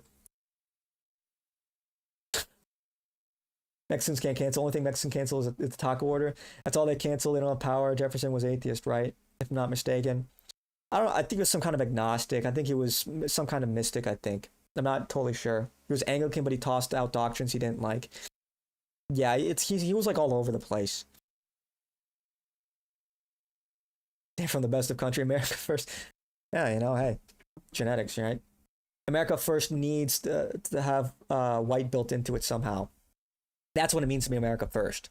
And so I'll play this clip right now since I brought it up. But you can see why, without context, a lot of people, like a lot of Wignats, have a problem with this. Get some backbone. Get the courage of your convictions. If you're out there, and by the way, I don't care what color you are. I know maybe that's going to be controversial on my side. But seriously, if you have citizenship, if you were born in this country, this is your birthright. This is our lives. This is our rights. This is our heritage. It's our tax dollars. It's our government. It's our military. This is our country. This is our empire.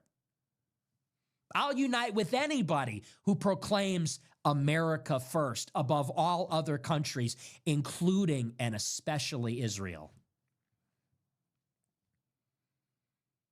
And they're on the other side of this one, and they're wrong. They need to be put back in their place. Anybody who says that America should come second needs to be reminded your place is number 2. America's number 1. Anything else, it's not even number 2. It's number 100. It's America first, second, third, fourth, fifth. That's what we're about. Anyway. Milking a 2-minute clip for half an hour. So true. So even if you're not white, you can be America first as long as you accept and work towards respecting and preserving white roots in America. I mean, yeah, pretty much. And I'll dive into that in a second. That's over here. No one can do it. Yeah, I can just milk the content for every second, for every millisecond. I get Nick what was saying, but it's not that hard to understand to have love for the country and man. And that's where people disconnect. We all have to just get on the same page when it comes to America first. Yeah, that's what I'm saying. It's like without context, and let's just like look at the replies because people don't understand the context. Wignats are just crashing out. People like, oh, look, Nick is supporting multiculturalism. It's like, no, you don't understand. Because this was the pretext to this is that you adhere to the European and Christian ethos. That's what was not clipped here. Kaiserev probably could have done a better job clipping it. But that's what's not in this clip. This is not Nick saying like advocating for anchor babies. This is not Nick advocating for a multicultural country. Because if you know what Nick is about, he's not like what's missing was what came like directly before or directly after, where he clarifies what America first means. And he talks about how it's centered in European and white culture. And you have to understand and respect that. And that doesn't mean that necessarily that is it's exclusionary, that only Europeans or even only Christians can live in America per se. But that is that they adhere to the customs, the norms, the morality, everything that is European and Christian. And they respect that. It's like you are a guest. And I think that there is also, in terms of diplomacy, there is something that might be beneficial to that. Even if you look at it from like a Catholic integralist stance, sort of affording grace to other people can be very beneficial. Because like, let's say we're engaging in diplomacy with Saudi Arabia. Well, if we banned, and hear me out here for a second. Obviously, I want America to be Christian, but if we banned all the mosques and kicked them all out wholesale, that could potentially sour our diplomacy with Saudi Arabia. Let's take Saudi Arabia, for instance. And how would they respond to Christian churches in Saudi Arabia. I think one of the best ways to spread Christianity is through grace, is through tact. And I think there's a lesson in looking at the history of how Christianity spread primarily through word of mouth, primarily through grace, and not conquest. So again, that doesn't mean we allow America to become a Muslim country. It doesn't mean we platform, Muslim ideas or integrate them into the central ethos of America at all. There's a level to this. It's a question of how much. But certainly, I think there's a middle ground where dare I say tolerance. I hate that word, but like, I don't, put it bluntly, I don't want to like massacre all the Muslims. I don't want to massacre all the Hindus or anything like that. We need to find an ethical way to go about this. And that means we're under no obligation to live under a Muslim country or a Jewish country or a Hindu country. And at a certain point, it does come down to the population to enforce that. We have to set the standard from the top down. This is how we're going to design society. It is going to be Christ first. And we will try to afford people grace where it's appropriate. And unless, obviously if Muslims are trying to be subversive, that's another thing entirely. Or Jews for that matter. That's where we got to stand on business, Like pornography never should have been made legal. So you can't recuse we can't forget that, a number of Christians were asleep at the wheel for a while. We got to lock in.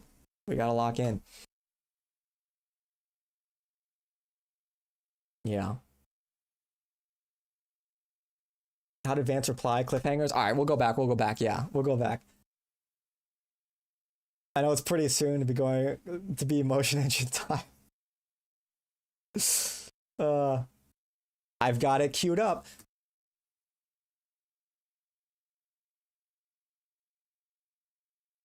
He already lost all his aura by listening to that slop. It doesn't matter. Real. It's like he's getting lectured by this Indian woman, and he's sitting there and taking it like, instead of saying, I don't need to fucking listen to you. Who the fuck do you think you are?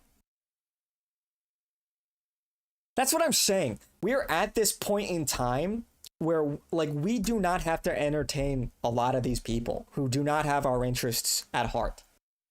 We do not have to entertain Ben Shapiro.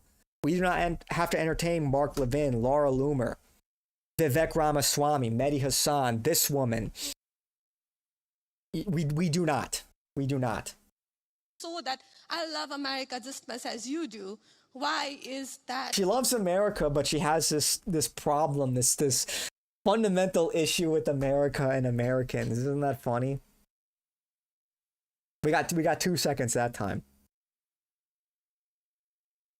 Kaiser Rev will clip it with the sound of silence playing the background while that Indian blathers and fans listens. Yeah. Okay, I'll play it. Still a question. Why do I have to be a Christian? Okay. So there was a lot there, and I'm going to try to respond to as much of it as I can. So on the question of immigration. So first of all, I can believe that we should have lower immigration levels, but if the United States passed a law and made a promise to somebody, the United States, of course, has to honor that promise. Nobody's talking about that. I'm talking about people who came in violation of the laws of the United States of America, and I'm talking about in the future reducing the number of people. Sorry, what? May I continue on that? Because when you just said you are not stopping with the people who came here legally, right?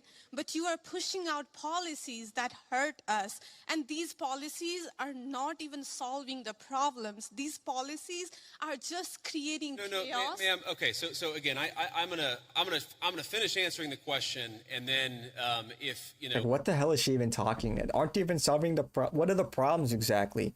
What, that you're expected to assimilate? That's a problem for you? Okay, well then you shouldn't be here. Hello? It's so self-explanatory. Oh, your problem is this is a Christian country? And there's preferential treatment towards Christians? I'm shocked. I'm shocked. Yeah. Hurt you, not everyone else. Yeah, no, like, where's the consideration for literally everybody else? Where's the consideration for everyone else that isn't you? It's the same thing with like the way that like Jews approach the issue of anti-Semitism or the Holocaust. It's like, okay, what about like the anti-white hatred, for instance? You have anything to say about that? What about all the Christians that died in World War II? All the Europeans that died in World War II? You have anything to say about that? She doesn't even know what her problem is. Well, I don't think she can articulate it, but I think she intuitively knows what her problem is. Her problem is that she's a Hindu Indian living in a Christian America. And really what most of these people want, they want the economic opportunity of America. They want the power that America has, but they want it to be representative of them, who they are and their culture.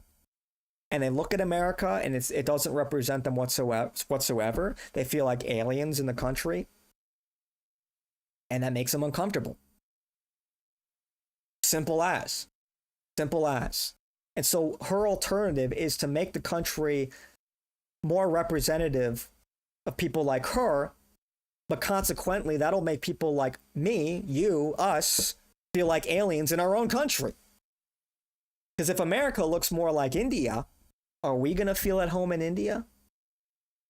This is really basic stuff, but, you know, people, I don't know, man, they forget this. I think people are really starting to pick up on this, though. I would tell the guy that found her to say his name. Then I would tell him you're never getting a job in the GOP.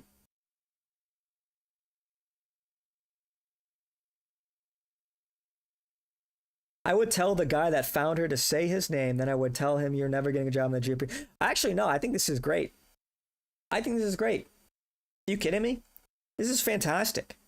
This is like the best, like, propaganda you could ask for. You want to talk about like the indignant behavior, this like presumptuous attitude that so many immigrants have. It's on full display. It's like, what better demonstration of the arrogance of so many of these immigrant groups than what is being shown right here? It's perfect. It's chef's kiss. And frankly, it kind of exposes Vance as furthermore not our guy.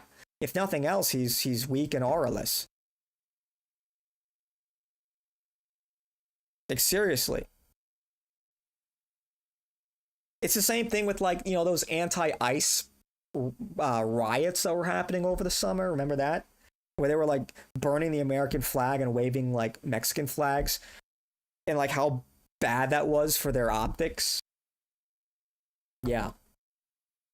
If I've answered all 9 of your questions in less than 15 minutes, then we can keep on going.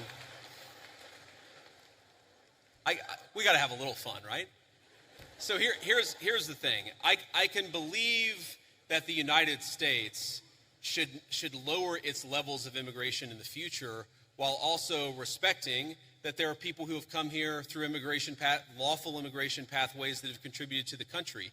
But just because one person or 10 people or 100 people came in legally and contributed to the United States of America, does that mean that we're thereby committed to let in 1 million or 10 million or 100 million people a year in the future? No, that's not right. We cannot have, I'll go and finish, we cannot have an immigration policy where what was good for the country 50 or 60 years ago binds the country inevitably for the future. There's too many people who want to come to the United States of America, and my job as vice president is not to look out for the interests of the whole world, it's to look out for the people of the United States.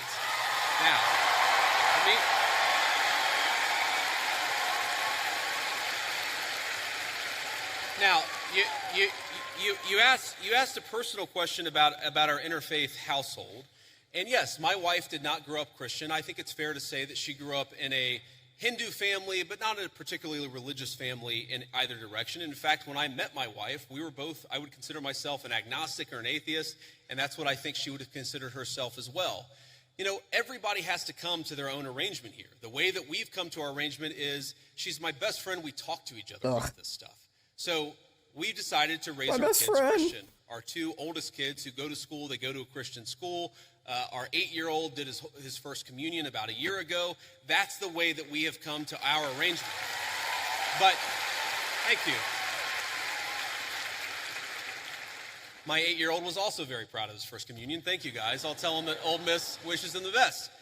But I think everybody has to have this own conversation when you're in a marriage. I mean, it's true for friends of mine who are in Protestant and Catholic marriages, friends of mine who are in, atheist and Christian marriages. You just got to talk to the only advice I can give is you just got to talk to the person that God has put you with, and you've got to make those decisions as a family unit. For us, it works out. Now, most Sundays, Usha will come with me to church. As I've told her, and I've said publicly, and I'll say now in front of 10,000 of my closest friends, do I hope eventually that she is somehow moved by the same thing that I was moved in by church?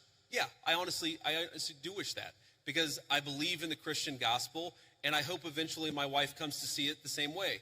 But if she doesn't, then God says everybody has free will, and so that doesn't cause a problem for me. That's something you work out with your friends, with your family, with the person that you love. Again, one of the most important Christian principles is that you respect free will.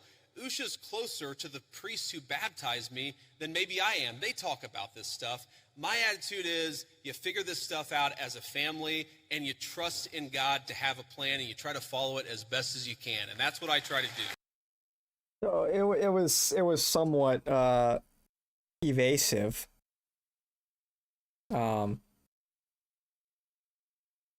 mean that's like probably the most diplomatic of an answer you could really get.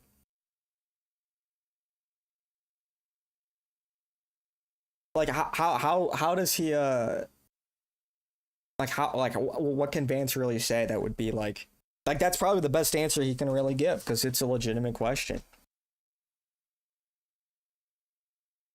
So all he can really do is prevaricate on that.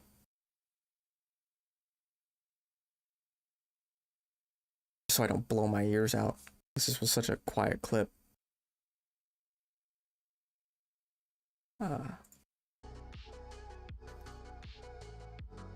So, and again, if you think that it's a problem for him now, just imagine how much more of a problem it's going to be in 28.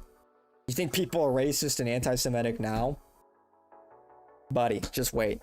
Just wait.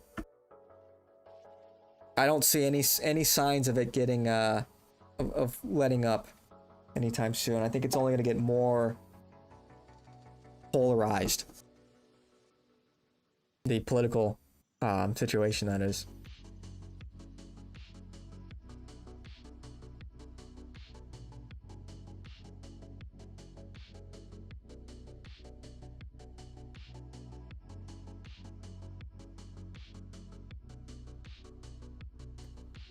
You're racist but love everyone. Yeah. Wait, is this the Britain prioritize Britain guy?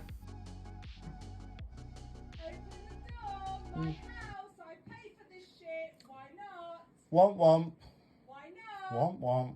Oh my God, I paid for this house. I'm phoning 999, telling to tell you are. And what? And what? You're threatening me because No, Buckstein. You gotta love everybody. we have a difference in opinion. It doesn't mean you have to approve of all the behavior. But no, you have to love everyone.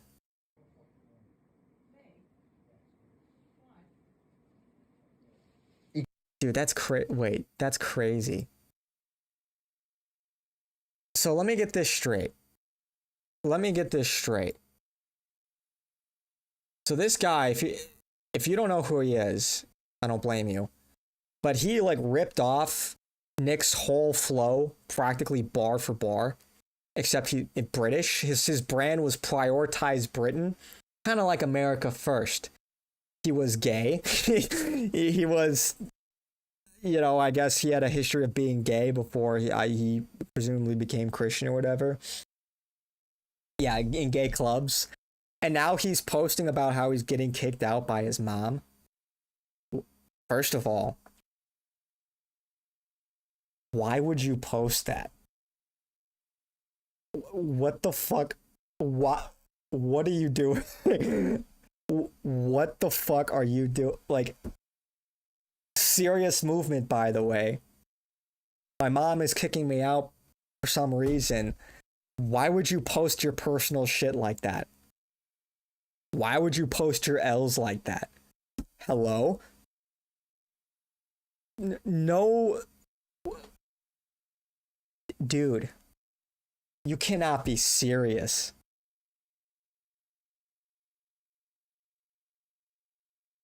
Why do people do shit like that? It's so retarded. You're gonna involve the whole world in your personal affairs, and you're like dirty laundry like that? What the fuck? By the way, the dude that posted this is a smelly crybaby leftist. Oh, I know. Doesn't really matter. Doesn't take away from the clip itself.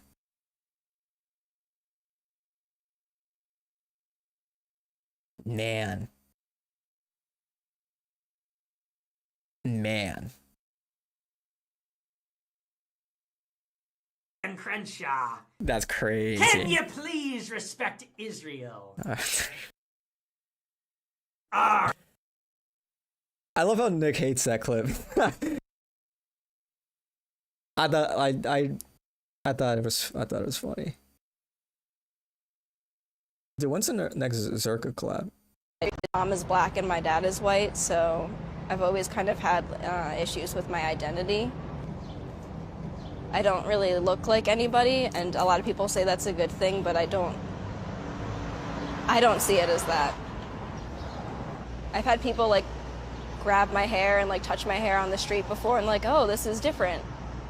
And all my friends say like, oh, that's really cool, like you're so lucky that that happens to you, that people see something different about you, but I kind of look at it negatively sometimes. There's like a societal precedent that says like everyone's a special snowflake and we should all celebrate our uniqueness and our differences, but there are times when I don't celebrate my differences and I would just kind of like to be the same as everyone else. Because then you can like look at another person and be like, oh, I kind of look like that person, like I can do that hairstyle, or I can wear that outfit, or I can like look this certain way. If you look different from everybody else, there's no like base point to compare yourself to. Why does she cut her hair if she doesn't like the attention? Dude, it's her hair. It's not fucking going anywhere. It's attached to her head. What are you talking about, man?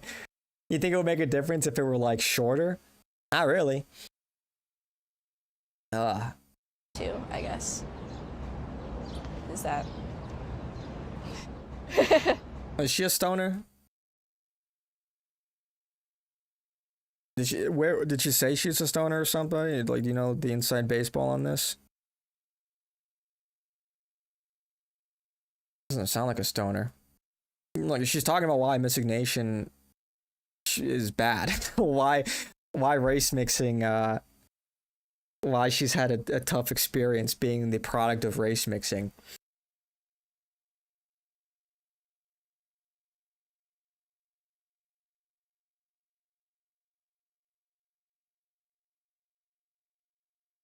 The druggy eyes.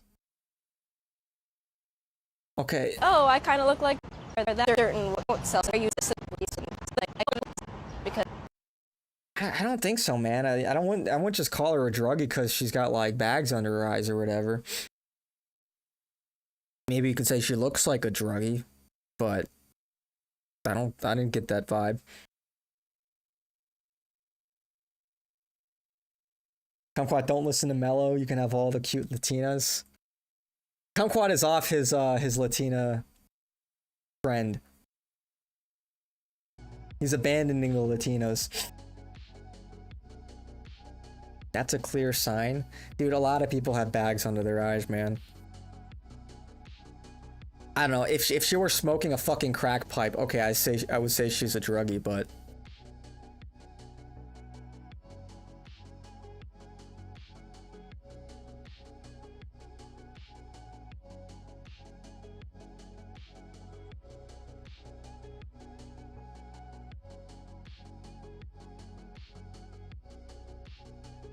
That's a clear sign. In the skin too.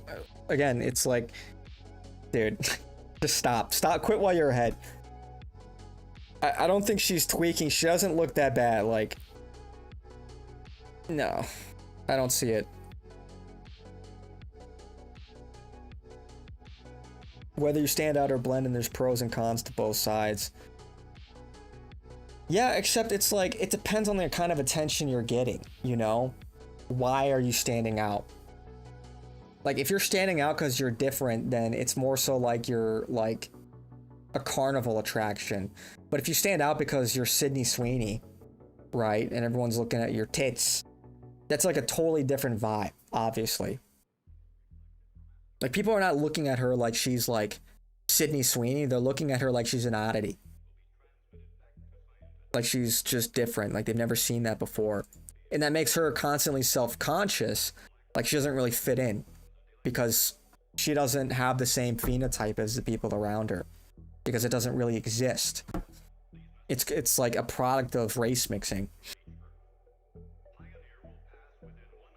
What did Tim Dillon marry? I don't know. I don't keep up with that. You clearly don't know how druggies. I'll know how druggies look, man, but you can't just say she's a druggie. Like you said, what did you say? She's a stoner. You could say she looks like a stoner, but you're making such like grand assumptions. Like I know what drug heads look like. Believe me. Husband dies violently, wearing transparent dresses and tight leather pants in public. Hug another man and compare him to your dead husband, wearing a shirt that has freed on it. Yeah, I'm sure you guys saw that, right? You guys saw this clip, right? And I we were am talking about tremendously blessed and honored tonight to be able to introduce to you a very, very dear friend. Where there's smoke, there's fire, my dude. Yeah, but you cannot make assumptions. Like I said, you can make assumptions. Like you can't say you can make assumptions. Like you can say that she looks like that, but I wouldn't say that she is on drugs. Like there's a clear difference to say something definitively. It's like for what like I don't know. I just think that's also uncouth. You loved her dress, by the way, Sydney Sweeney, beautiful tits. That's crazy. What was that? It was like a women empowerment event or something. Is that not apropos? Isn't this guy proving a point? She's being called a stoner for looking different. Yeah. Yeah, how do you know that her, like, the bags and discoloration under her eyes isn't a result of her unique genetic makeup?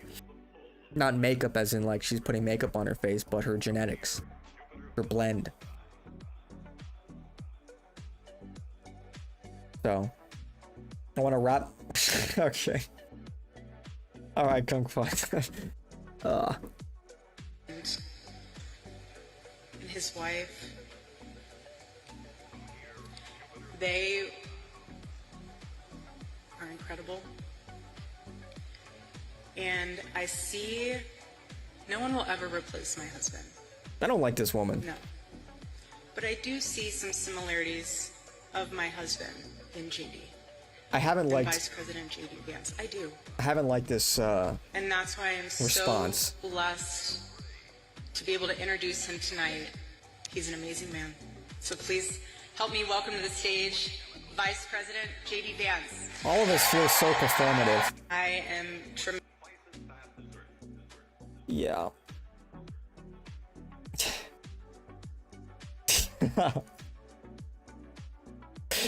Bruh.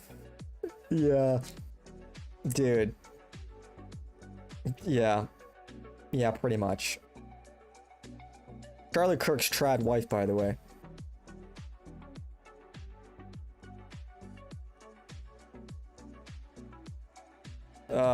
It would be funny. Sounding like a leftist now. That's not leftist, dude. You sound stupid if you make a claim based on no definitive evidence. You can't like I said. And if you think that makes me a leftist, then I don't know what to tell you, man. It's just that's a low IQ thing to do.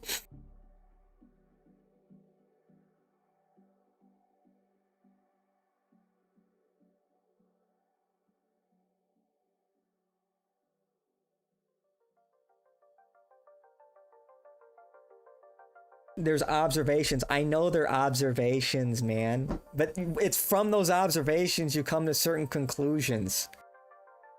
She's not tweaking in the video. That's why you can, like, it's better to... I don't know, man. This is so remedial. I don't even feel like explaining it. If you either understand this or you don't.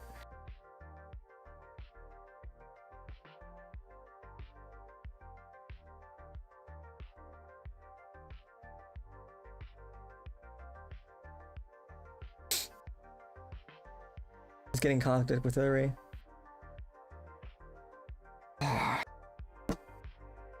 JD Vance is ordering Israeli pagers from BB.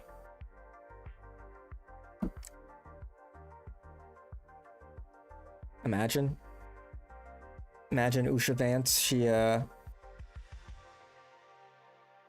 She mysteriously slipped and broke her neck after falling down a flight of stairs. So trash. Can you imagine?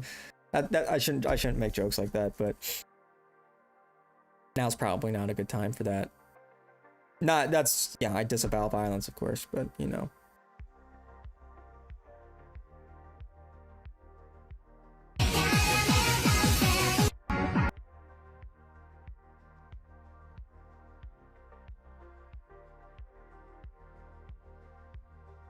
No big fire.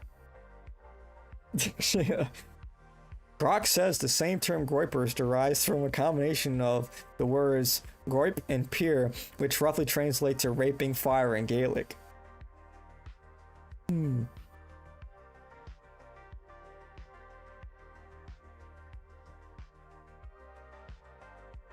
cares? It's not the point of the video. Yeah, that's kind of what I'm getting at. It's just like very irrelevant. It's a weird hill to die on.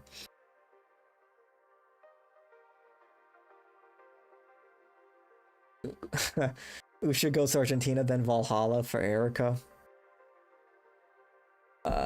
Preview what's coming for Erica. Yeah, Usha goes to Valhalla.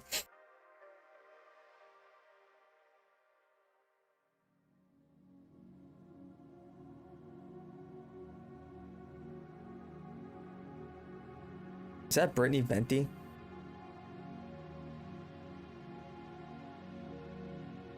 Dude. Remember this bitch? This is what's her name, right? I don't remember her name.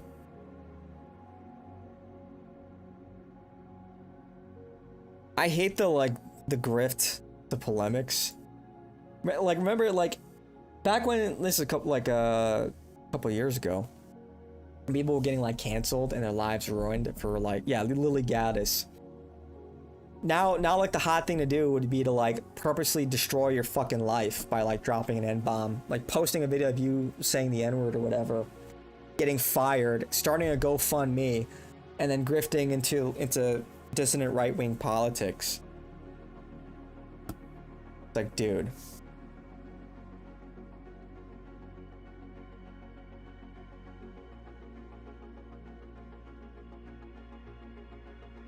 So insufferable.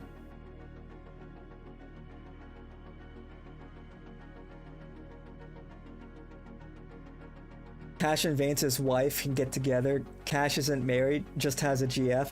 You think Usha can compete with the top tier Mossad poon that Cash is getting on a nightly basis? You kidding me? You think he's giving that shit up? You think that Gunnar is gonna relinquish his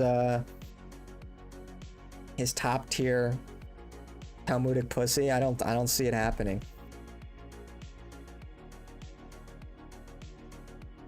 He's sitting there, he's like, he's sitting there, he's on top of the fucking world. He's like, I'm the man. I'm the man.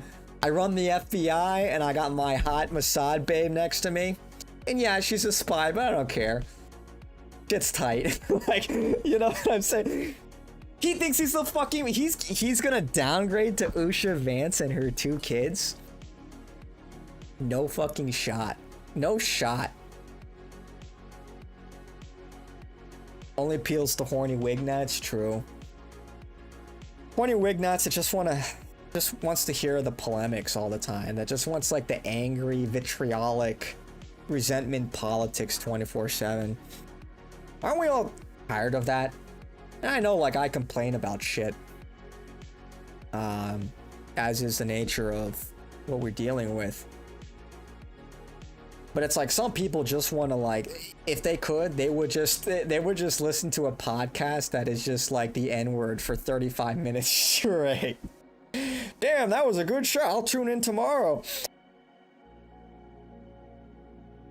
They just want to hear like all of the like the most like just like typical slop grievance politics. They just want to hear smelly Indians and N-words and like lazy Mexicans and like sneaky Asians or whatever, dog-eating Chinese. They just want to hear that on repeat every day, every fucking night, you know?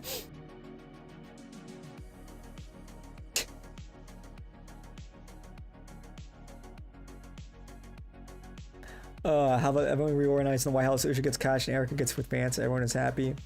Let's take a vote. Okay, all right, guys. All right, calm down. Stop it. Stop it.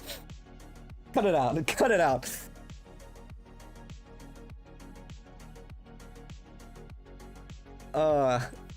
That's crazy. That's crazy. That's crazy. I'm over here talking about optics. You guys are like, hey, how about this? How about this end tower?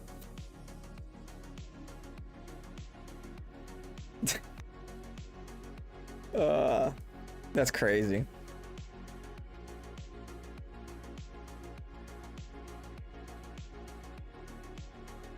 I don't like the N-word. I don't want to think about the blacks, dude. Get over yourself, man. Like, seriously, just like... Oh, I don't want to think about the... Dude, you don't sound tough saying that. Stop. Just stop. Take a step back. Take a breather. It's not that serious.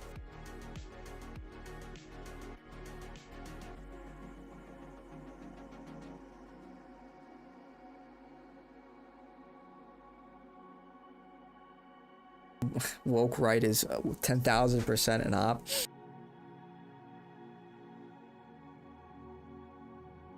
Yeah. It's all of this is just like low-hanging fruit, you know, like, but some people, that's all they want. They just want to hear like the same things. They just want angry guy rants for 2 hours.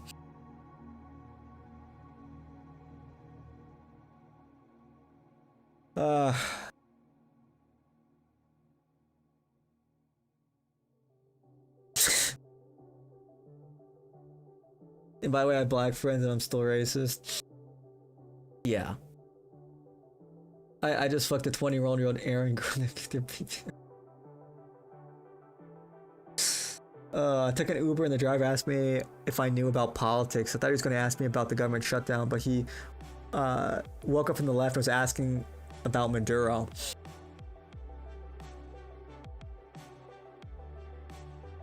Woke up from the left and was asking about Maduro, huh?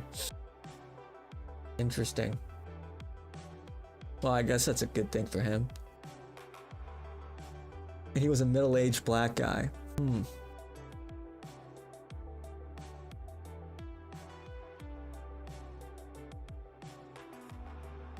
Yeah, man. There are a lot of black guys that like Nick. What the hell?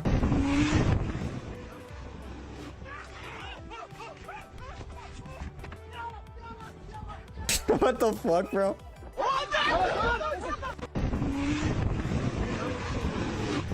Astaghfirullah.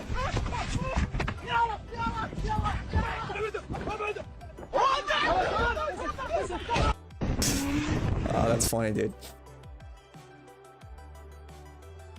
Dude, Arabs getting animated will never not be funny to me. When they get all like heated and shit. I don't know why, that's just so funny.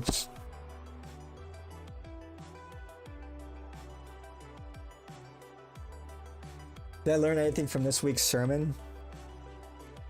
Yeah, humility is the most important thing. And that nothing has really changed in 2,000 years. And that's really the crux of, you talk about the, actually I had the bishop actually gave that sermon for us. But,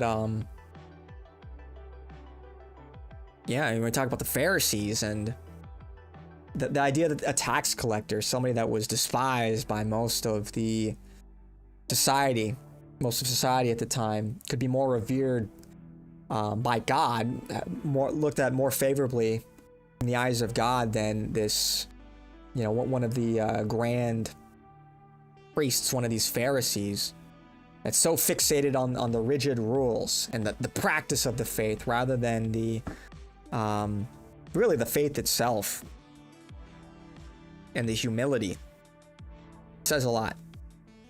Nothing's really changed in 2,000 years. Live footage of Racer. You love wolves now? Sorry, but no black dudes are like Nick. Well, not many people are like Nick in general at all, but there are a lot of black guys that like Nick. Obviously not all of them. I don't even think a majority. Obviously not a majority. But no, they're cool black people. I mean, that really goes without saying. Tenryo, Black Balaclava, Groiper, John Miller, you know, Ye. Are there any other Groipers? Obviously Myron. But I guess he's more, you know, I mean, he's, Sudanese, so a lot of Arab admixture. It's North African. So. Am I Catholic or Reformed? I'm Catholic. Ugh.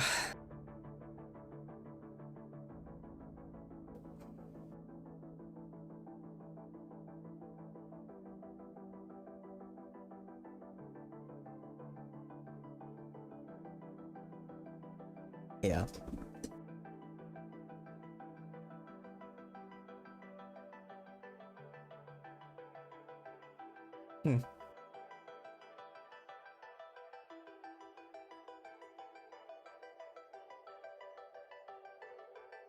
Jake Tapper. That Gen Z will be a lot more conservative after Democrats shoved leftist politics down their throats. You have no idea. You have no idea, buddy. No idea.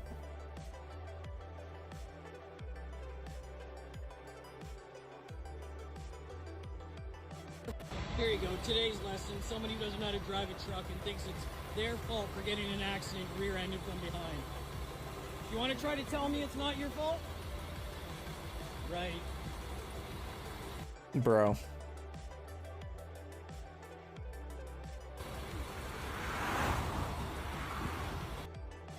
Bro. All of the companies that are, like, these people gotta go, and all the companies that are hiring these people, like, people need to be in prison for this shit. For gross negligence. Hey, listen up, beta male. Oh, you're a little weak? Hey, fuck you. Oh, do you need a safe space? You need a trigger warning? Are you triggered? Wait, I need a safe space because the anti-Semites are taking over. Get a job. Oh, you're poor? Work harder.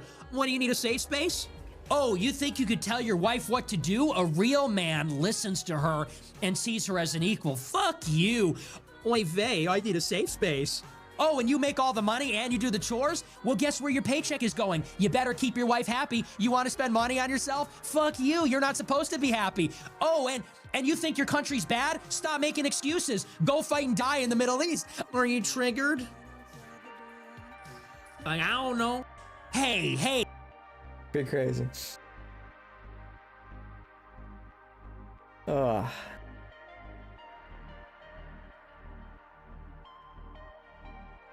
Yeah, EBT expires, yeah. Damn, I should have gotten my Mexican Coke. Damn it. Wait, click on this woman? Why?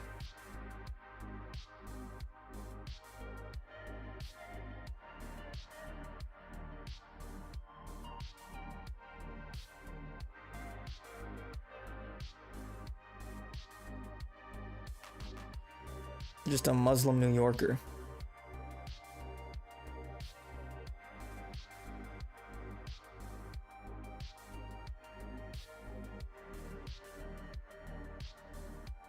She's goth. She doesn't look goth.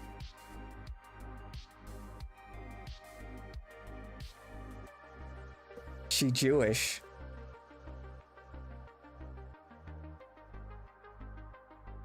How do you know she's Jewish?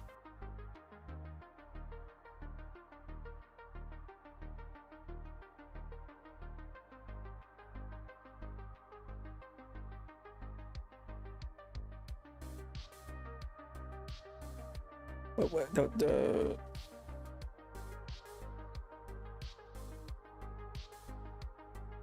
Huh? What am I missing here? I don't know what you're wait. Oh, what? Oh, gothic hijabi? I don't know, she doesn't look goth.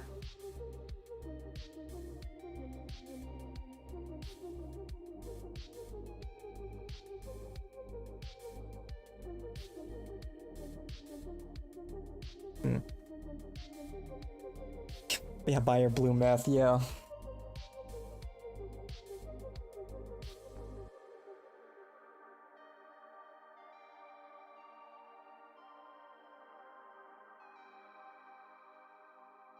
That's Argentina, dude.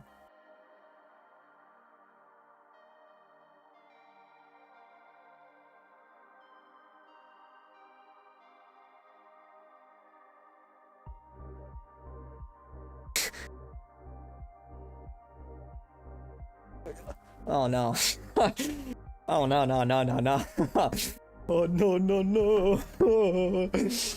Oh no, I'm going. Oh, oof. Oof. Oh! Oh, that one hurt. That one hurt. Nigga, how Hitler? Nigga, how Hitler? They don't understand the things I say on Twitter. Nigga, how Hitler?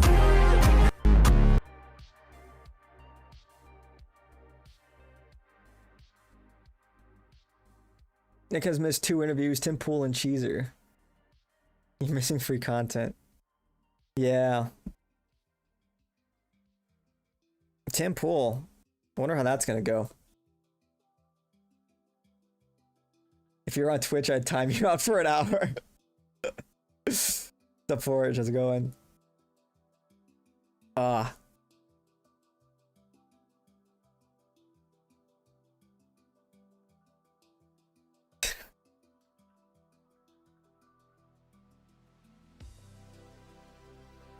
He grew and got old. Still in his 20s.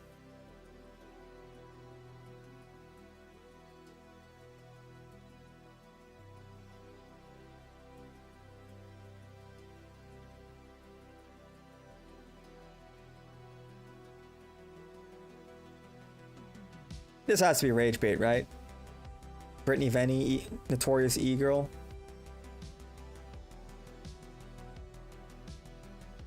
Magumbos. They like short hair when it's paired with 2 Magumbos.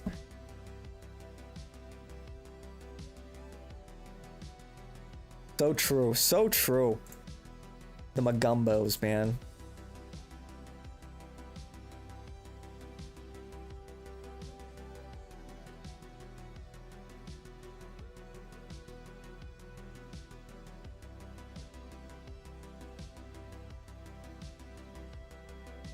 Heritage Foundation forgot you never apologize. SMH. SMH. SMH. But if you want to pursue your promise to create the single largest deportation force in American history, or your promise to persecute and punish your political enemies, then you will have to get through me to do that here in New York City. Is that a challenge?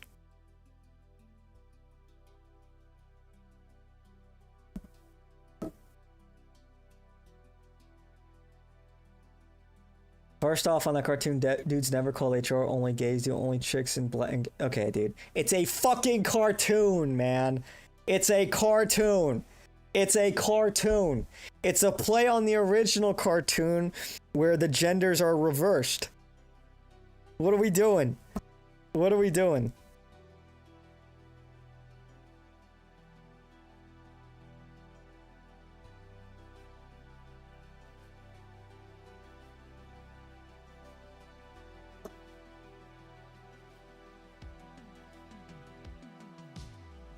Yeah, dude. In a sensible world, yeah, Trump would put people like Mamdani in prison for obstructing justice. It's a constitutional crisis. Does the federal government not have the authority? Are they not the supreme law of the land?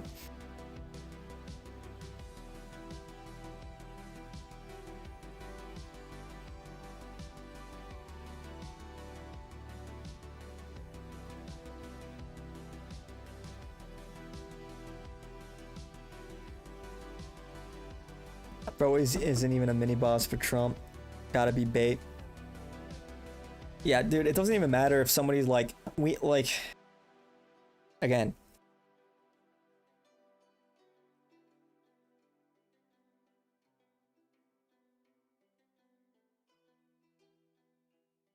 It's a matter of insurrection. It's a matter of authority. And if these people, if these local, state, or even mayoral authorities are not gonna adhere to the federal government, is that not straight up insurrection? If they're acting in direct opposition to the federal government under something that is totally reasonable and justified.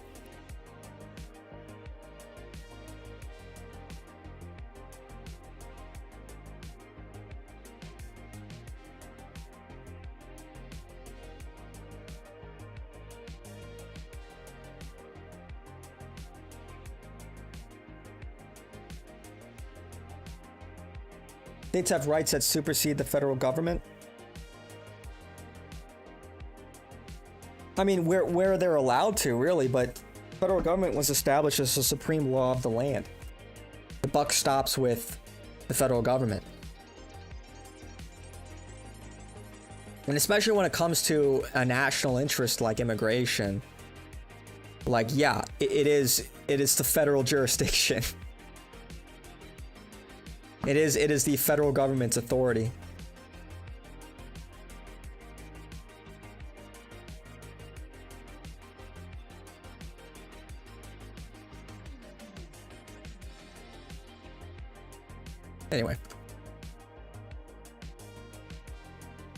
Anyway.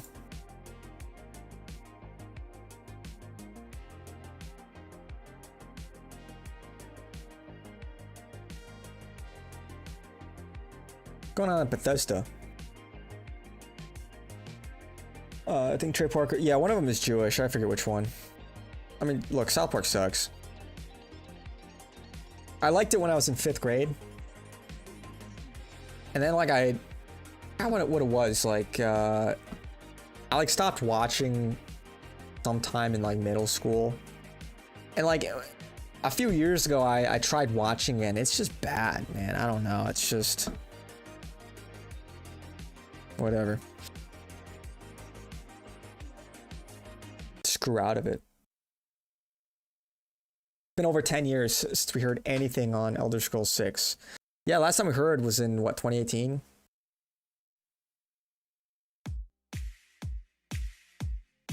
A 50-minute long video. Oh, shit. This guy cooked up a 50-minute video on Bethesda being cheeks. The year is 2013.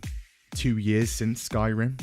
5 years since Bethesda's last Fallout. Dude, Skyrim is still busting today. Like, these mod packs that are coming out, like, I was playing one of them. So good. It's so good. Got like 4,000 mods in it. And it's like a totally new game. It's actually so fun. They still, like, I don't think they'll ever make anything like that again. Best Fallout is Fallout 3. I think New Vegas was better than 3. Personally. Looking forward to the new Bioshock game. Are they coming out with a new Bioshock game? Did they announce that? I think we should be getting a new Elder Scrolls game next year.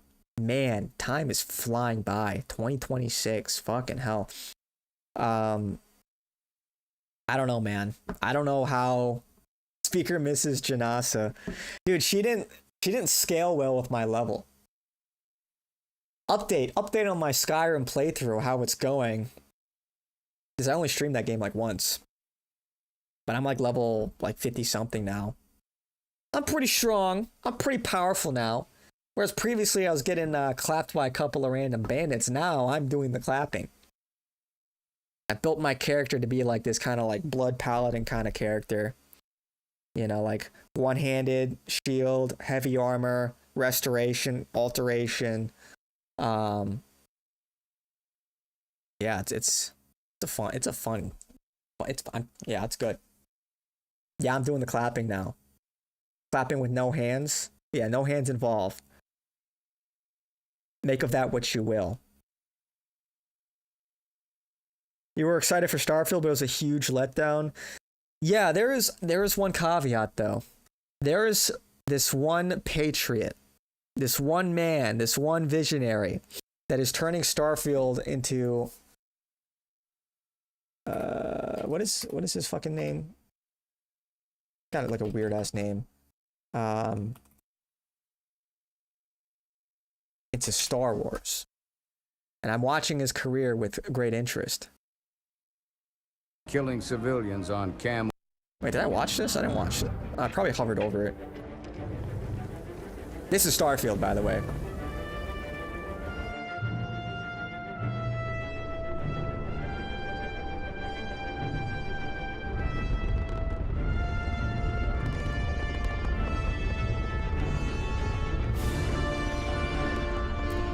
It's looking pretty good. I mean, it's still Starfield, so like, I don't know how good the bones really are.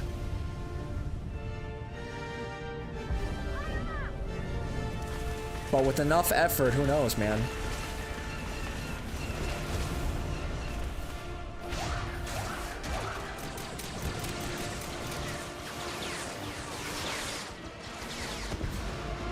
Like, it's still built on Starfield, which is, you know, kind of scuffed.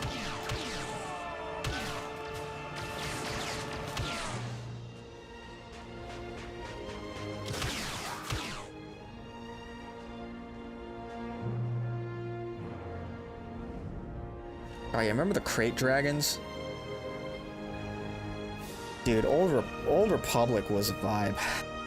Knights of the Old Republic. Understand, this Star Wars is dead. We're never getting the Star Wars back. They killed it. It's over. We've received confirmed reports that the partisans have been targeting and killing civilians on Kamooine. Battlefront 2 Kyber mods? No, what's that? Who you really are out there, even a rebel. Is that for the OG Battlefronts? Or the new Battlefront? Must be done. From DICE. The partisans on Kamooine were wiped out by an unknown mercenary they crossed paths with. That will be the official story. I am Ron Gallifrey, head of Gallifrey Yards. Everything that occurs in this system is by my command. Yeah, the Bethesda combat, yeah. Credits. Do we have a deal? Or would you like to say your last words? The problem, of course, they need to make Fallout 3 with the new engine. I heard a rumor that they're remastering it, I think. Because they did that Oblivion remaster. You're going to need a disguise. And I played through it. I thought it was pretty solid. Remember, they have looks no great. reason to think They anyone would updated ever the try to gameplay enough. infiltrate an imperial medical facility of all I would have preferred if they went a little bit Just act further like with you it. belong, and you'll be fine. With some of the changes. We've heard rumors of an imperial moth, But in I the still really outer enjoyed rim it. That matches the description. Replaying Oblivion. Kill Saw Gerrera and wipe out this partisan threat for good. Oh, the dice battlefront, huh? Interesting. We'll see if any of them are true. A fighter of your caliber should carve through what awaits ahead. Step forward if you dare, or crawl back to whatever hole you came from.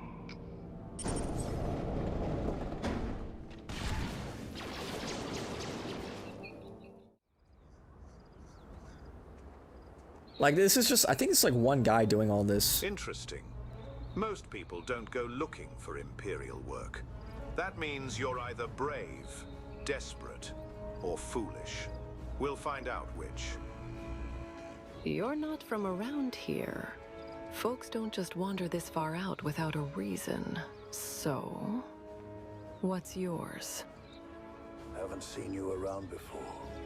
The perfect place for a band of traitors.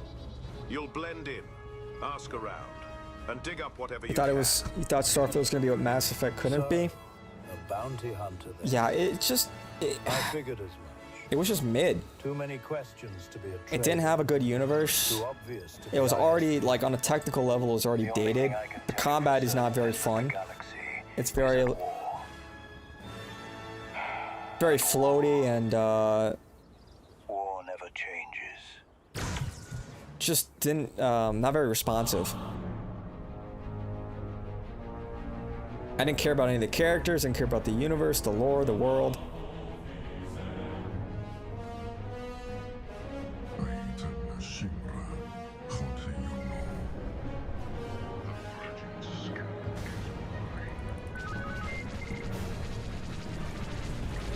Yeah. Anyway. So I'm just like watching this from afar, you know, like, hey, maybe this will be good, and maybe this will be pretty solid eventually. Wow.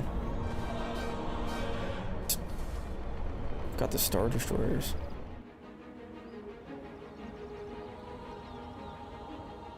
Like, we should have gotten a, like, real talk, we should have gotten a Star Wars game like this, like,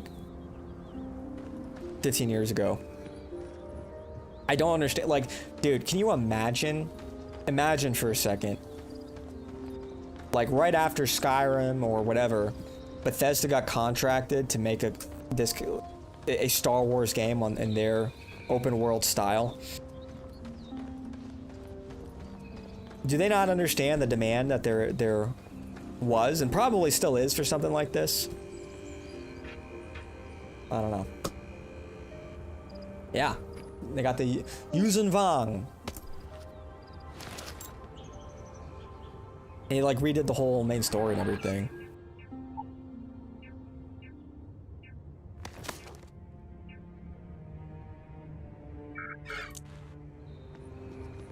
EA sold the rights from had sold rights from LucasArts. It would not have been possible. I don't think that happened until like 2015, right? Or maybe it was 2013.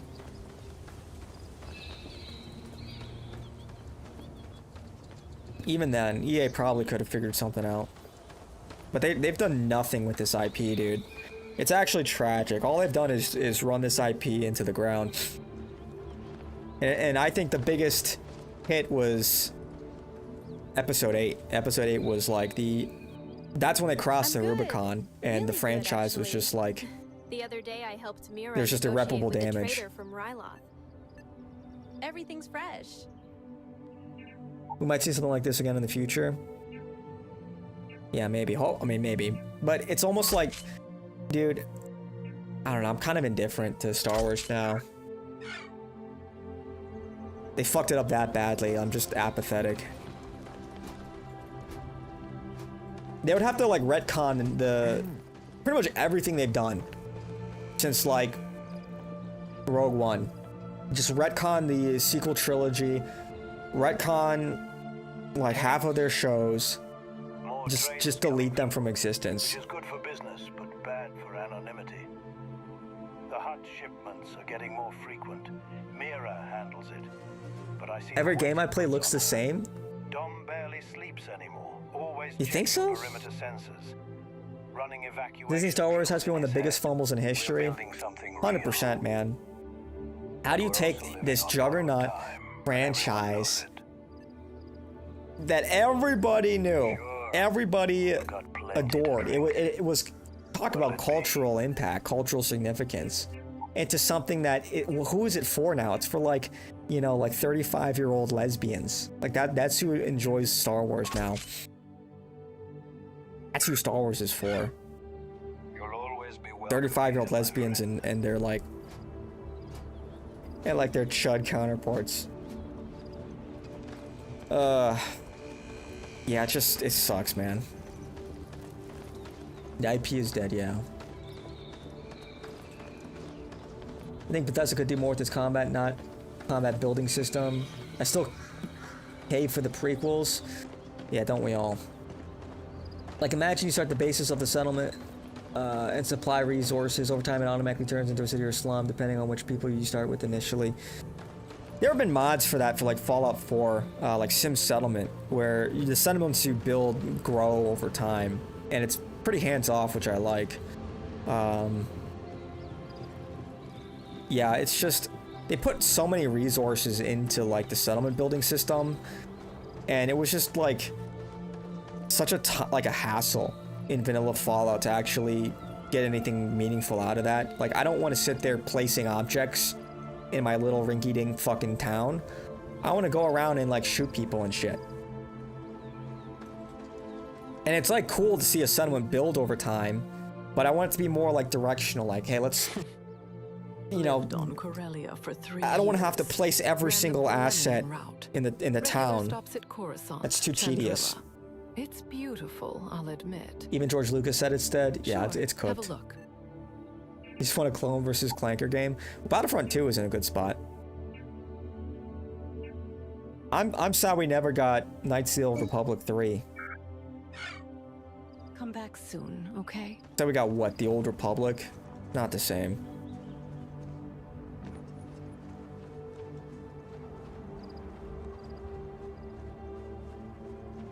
Can you show a settlement, but you fall through? Vanilla Fallout 3. Not right now. I don't really want to go through all of that.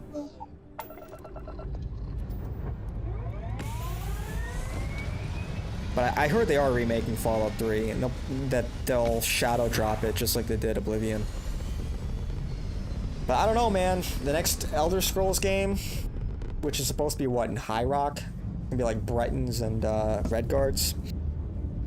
I don't know, man. I've heard all kinds of rumors. Maybe they'll have like naval ships or something. That'd be pretty cool, because like every game has had some kind of like gimmick, you know? Some like core mechanic gimmick. Like Oblivion had the Oblivion Gates and that whole line of progression. That was a big part of it. The open world and whatnot. Fallout, what did they add? They had VATS.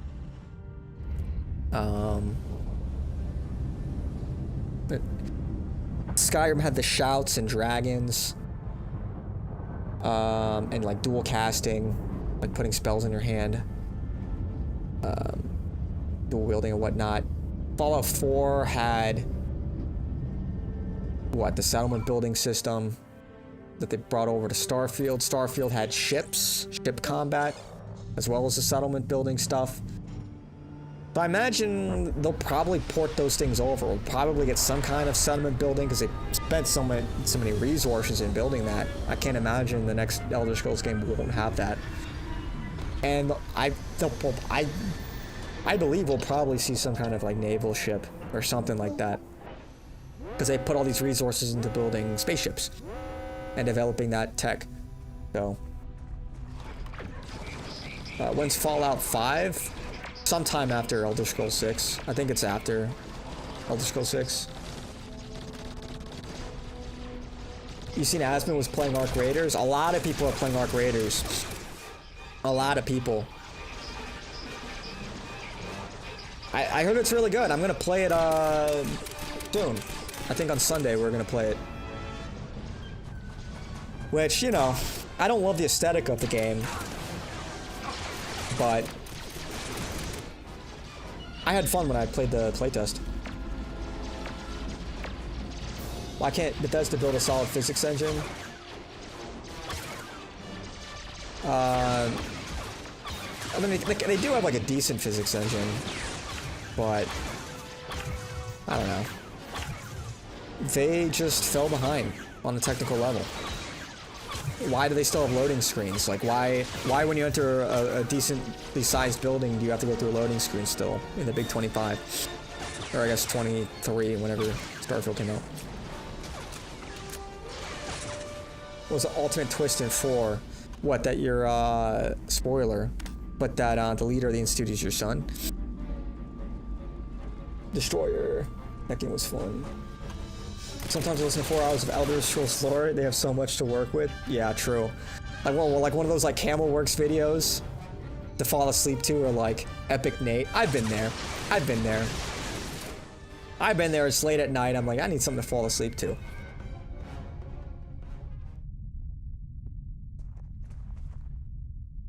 Oh, that you are a synth yourself. Wasn't that left ambiguous? I heard that was left ambiguous. Kind of like Deckard in Blade Runner. I don't think they actually say for sure, right? I never actually finished the campaign, believe it or not. Because I always get to that point where you're chill with all of the factions, and it's like, why? I don't want to ruin this, you know? It's like, I just never felt compelled to actually finish the fact. And that's a big problem with the way Bethesda's built their games, is like, you know, like Fallout 4, you reach a point where you're actually disincentivized from completing the main story because you have access to all the factions' resources. It's like, okay, you know? How does that make any sense? In what world would, like, the Institute allow a Brotherhood of Steel member into their base and vice versa? It's just, it's silly. That's why you have VATS. Are you a synth in, well, no, that's not why you have VATS. You have VATS because you're a Vault Dweller. Because you have the Pip-Boy. That's what VATS comes from. It's like, for that to be true, then every main protagonist is also a synth. That's just not true. Oh shit. I hit my spacebar. It was in Star Wars Dark Forces, he took down Imperial Star Destroyer. Yeah, man. Anyway. Out. And we'd heard nothing. Fans are starved. Ravenous for anything at this point, they scramble for any scraps they could find. Voice actors' tweets, employee leaks, Bethesda staff sightings. They'd take anything. But on the 14th of November 2013, a website appears online, thesurvivor2299.com. On it, Fallout's Vault-Tec logo and a countdown to December 11th. That was just 4 days after the Game Awards, where Skyrim was announced 3 years ago. Fans dig through the online directory, and its publisher? ZeniMax Media. Still, some are skeptical, but then 3 days later, ZeniMax Media actually files the trademark for... No, but your brain does the calculations. Well, how does that explain you having a Pip-Boy and being a Vault Dweller?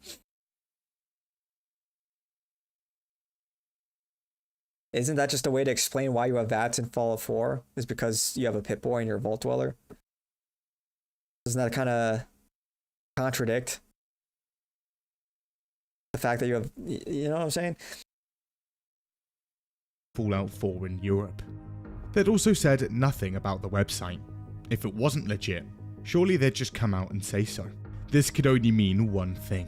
The next Fallout was here. Bethesda hadn't abandoned us. They were finally throwing a bone to the little guy. And fan speculation goes wild. Then comes the Morse codes. Then the Caesar shift cryptography. Then the Visioneer ciphers. Fans are sat at home in their pants for hours deciphering them. They even find a working phone number on the website, which leads to more codes. Some of these codes reference an actual radio frequency in Massachusetts, which sounds like this. Bethesda's YouTube channel is even linked in the source code of the website. This was serious stuff. Bethesda had gone above and beyond with the viral marketing here. Every gaming outlet is talking about it, and there's even Facebook pages and YouTube channels with daily updates monitoring it. The subreddit watching the website's every move. The 6th of December 2013, almost 2 weeks of code cracking, and fatigue is beginning to set in. But it's now just 1 day before the Game Awards, and 5 days before the countdown ends. The hype is tangible. And Todd and the boys hit us with this tweet. What? It's gotta be a joke. Some sort of sick joke. But then fans boot up the website, and my god. Gone was the timer, the Vault-Tec logo. All that was left? A Rickroll hosted on a server somewhere in Poland. A dark day. 3 weeks of speculation and hype, countless videos on YouTube, and dozens of hours of people's lives spent cracking random ciphers and lining up rivers on Google Maps. For absolutely nothing. Naturally, they're not pleased. The guy behind the website does an AMA on Reddit, and is vilified by the community instantly. We hear nothing else about Fallout for a while, and Fallout fans return to the darkness. June the 2nd, 2015, another Fallout-themed countdown timer appears. We'd been burned before. Turn it off. But turns out, this time, it's actually real. And on June the 3rd, it's nearing the end. And finally, after years of anticipation, Fallout 4's announcement trailer is actually upon us. June the 14th, it's E3, and Bethesda Game Studios is holding their first full press conference. Todd strolls out on stage again, confidence radiating. He's met with thunderous applause. Again, the claims are bold. All of this just works. And again, it just works. Hold on. Is that the release date? That's just 5 months away.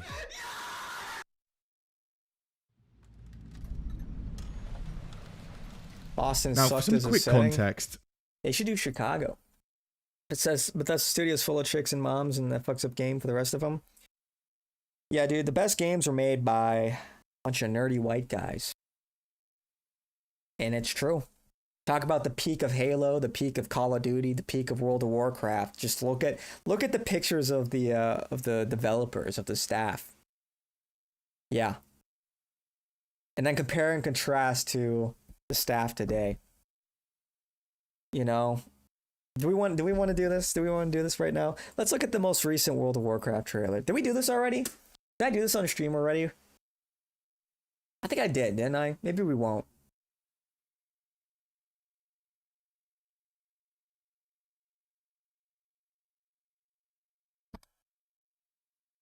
What is the new? What's the new one? What's the new expansion? Oh, Midnight.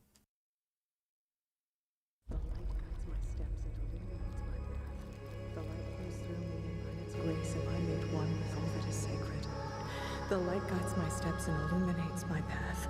The light flows through me, and by its grace am I made one with all that is sacred. The light guides... Leandrin, it has begun. I need you with me on the wall. Orthamar, the void will envelop us soon. Only the light can save us now. No. The time for prayer has passed. The sunwell will not fall. Not while I draw breath.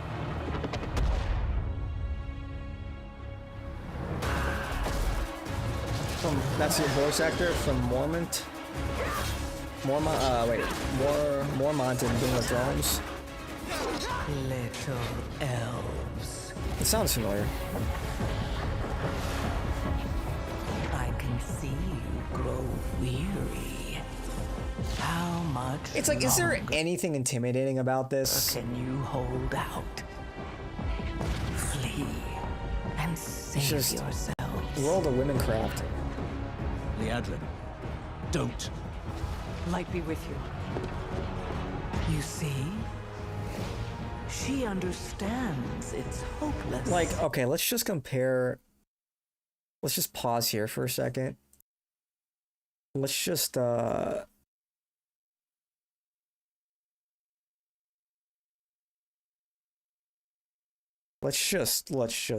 you want to talk about aura farming? Let's just compare and contrast the villains. Jesus, set up blue balls. Yeah, blue balls. That's symbolic of the simps and their blue balls.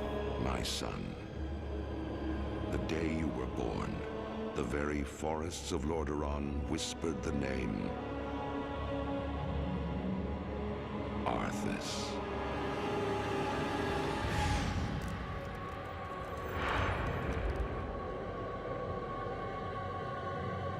You want to talk about, like, peak villains.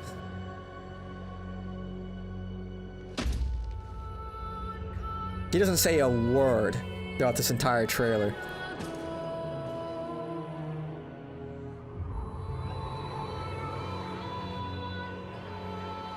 It's literally just his father narrating.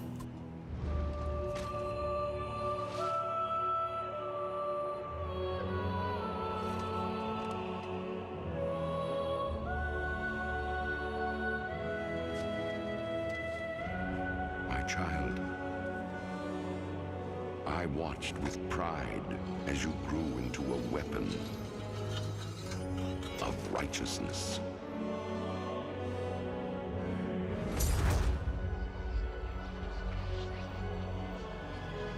Remember, our line has always ruled with wisdom and strength. And I know you will show restraint when exercising your great power.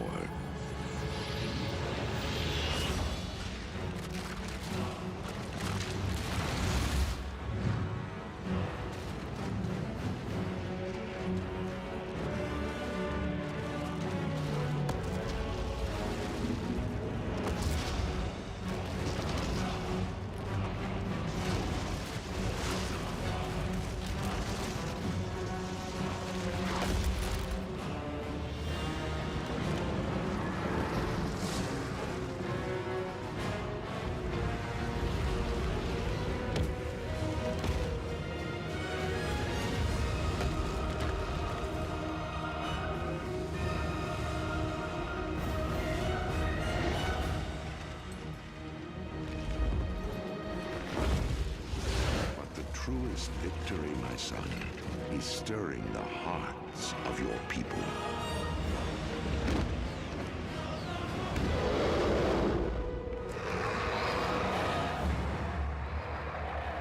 I tell you this, for when my days have come to an end, you shall be king. Like, that's how you do it, man. That's how you fucking do it. Talk about building up the universe, the enemy, the villain, the aura. You almost fell asleep. Shut the fuck up, kumquat. I ought to slap you for that. And then back to this. Soon, you all will. I'm bad. I'm a baddie. Grace am I made one with all that is I'm intimidating. The light guides my steps and illuminates my path. The light flows through. I'm frustrated.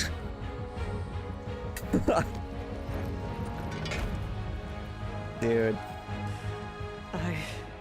I know. There's like one cool moment in this whole trailer.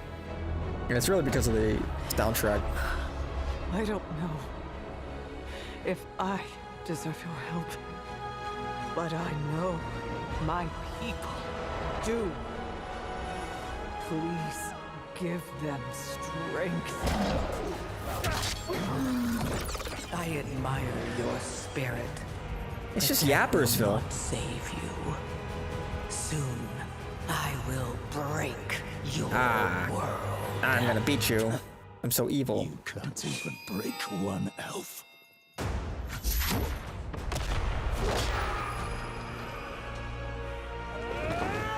Prefer EB time over cringing. This Okay. darkness comes to devour everything. And when it is finished, there will be no more light. Without your aid, we will perish. I beg you, help us.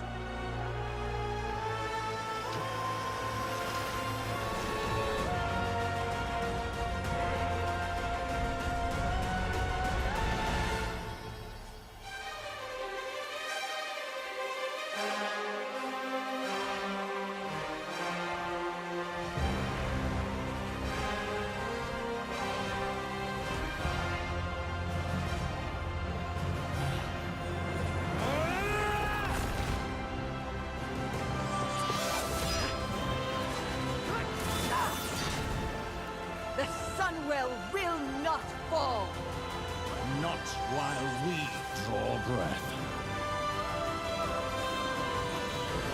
Like the only cool part in the trailer.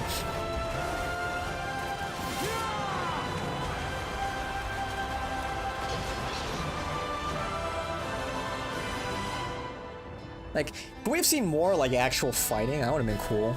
I don't know. Show don't tell is a virtue. Yeah. It's just like Walmart tomorrow when EVT runs out. Nothing beats Halo 3 campaign. True, that was one of the goats. Look at the like to dislike ratio. My goodness. BRB watching Warlords of Draenor trailer to cleanse my eyes.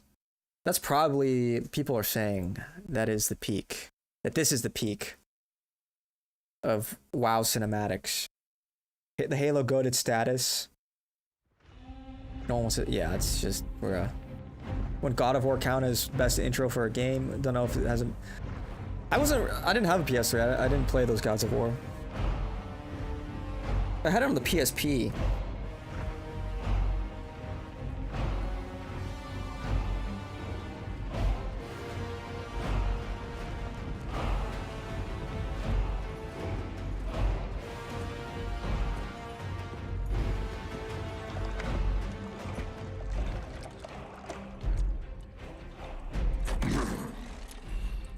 Drink, Hellscream.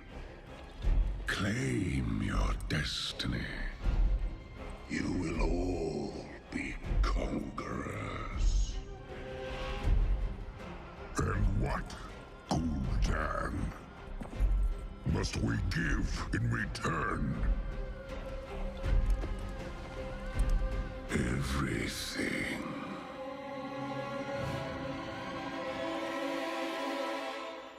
Not really a very persuasive argument. I mean,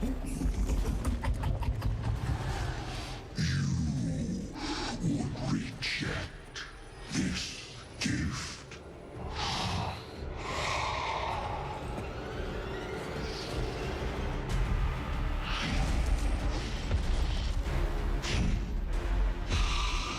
And did you bring these mongrels here? Just to watch you die.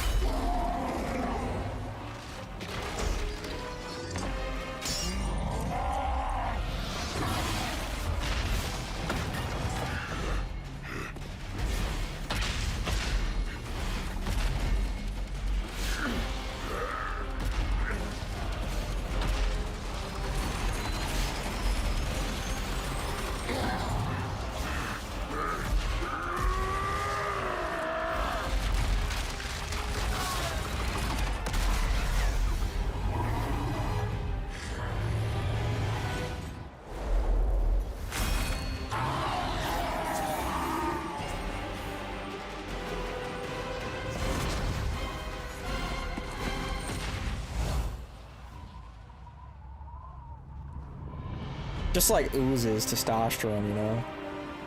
It's so much more fun and exciting. The soundtrack.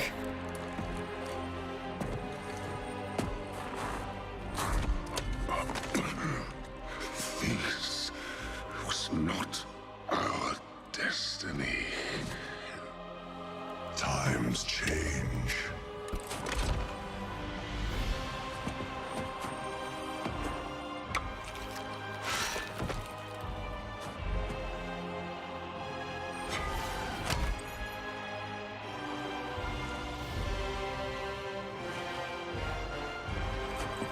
We will never be slaves!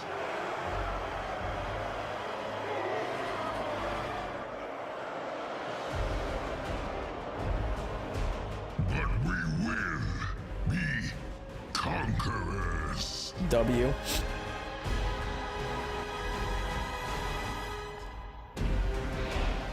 Yeah, that went pretty hard. Does a new Predator movie come out today? I don't know. I haven't been keeping track of it.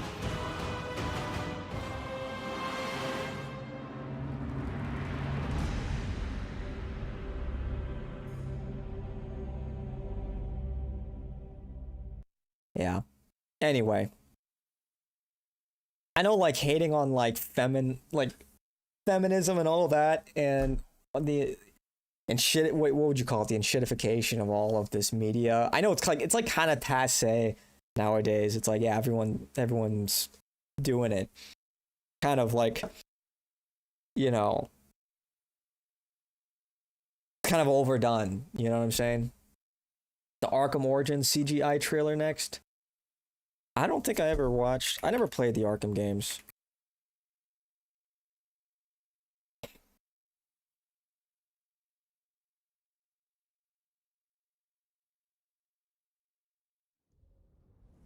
Balance comes out on the 7th. Yeah, isn't like the premise like a synth is like being carried around like a backpack by a predator? I don't know. It doesn't look that interesting to me.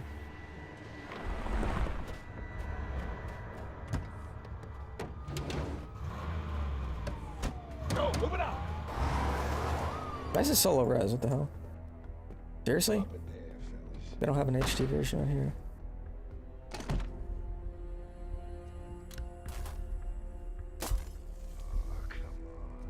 Frank, check the breaker. It looks stupid, but who knows? Yeah. The synth is Yappersville.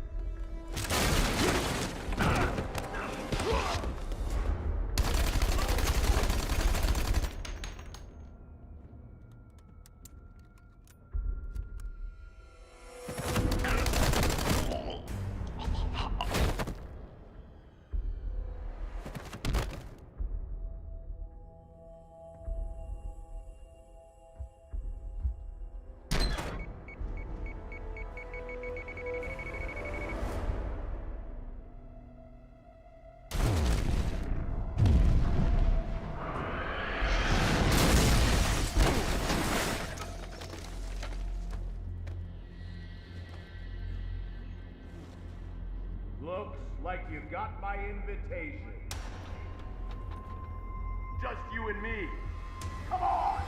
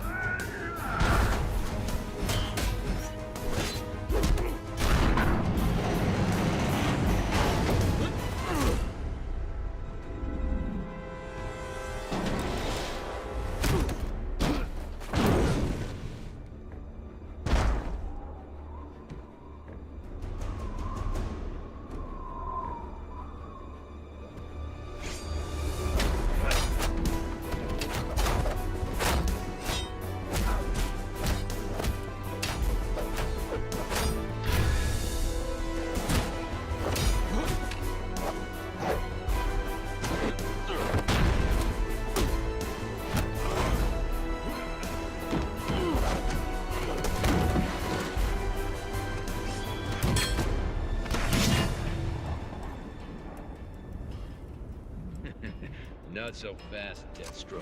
He's my kill.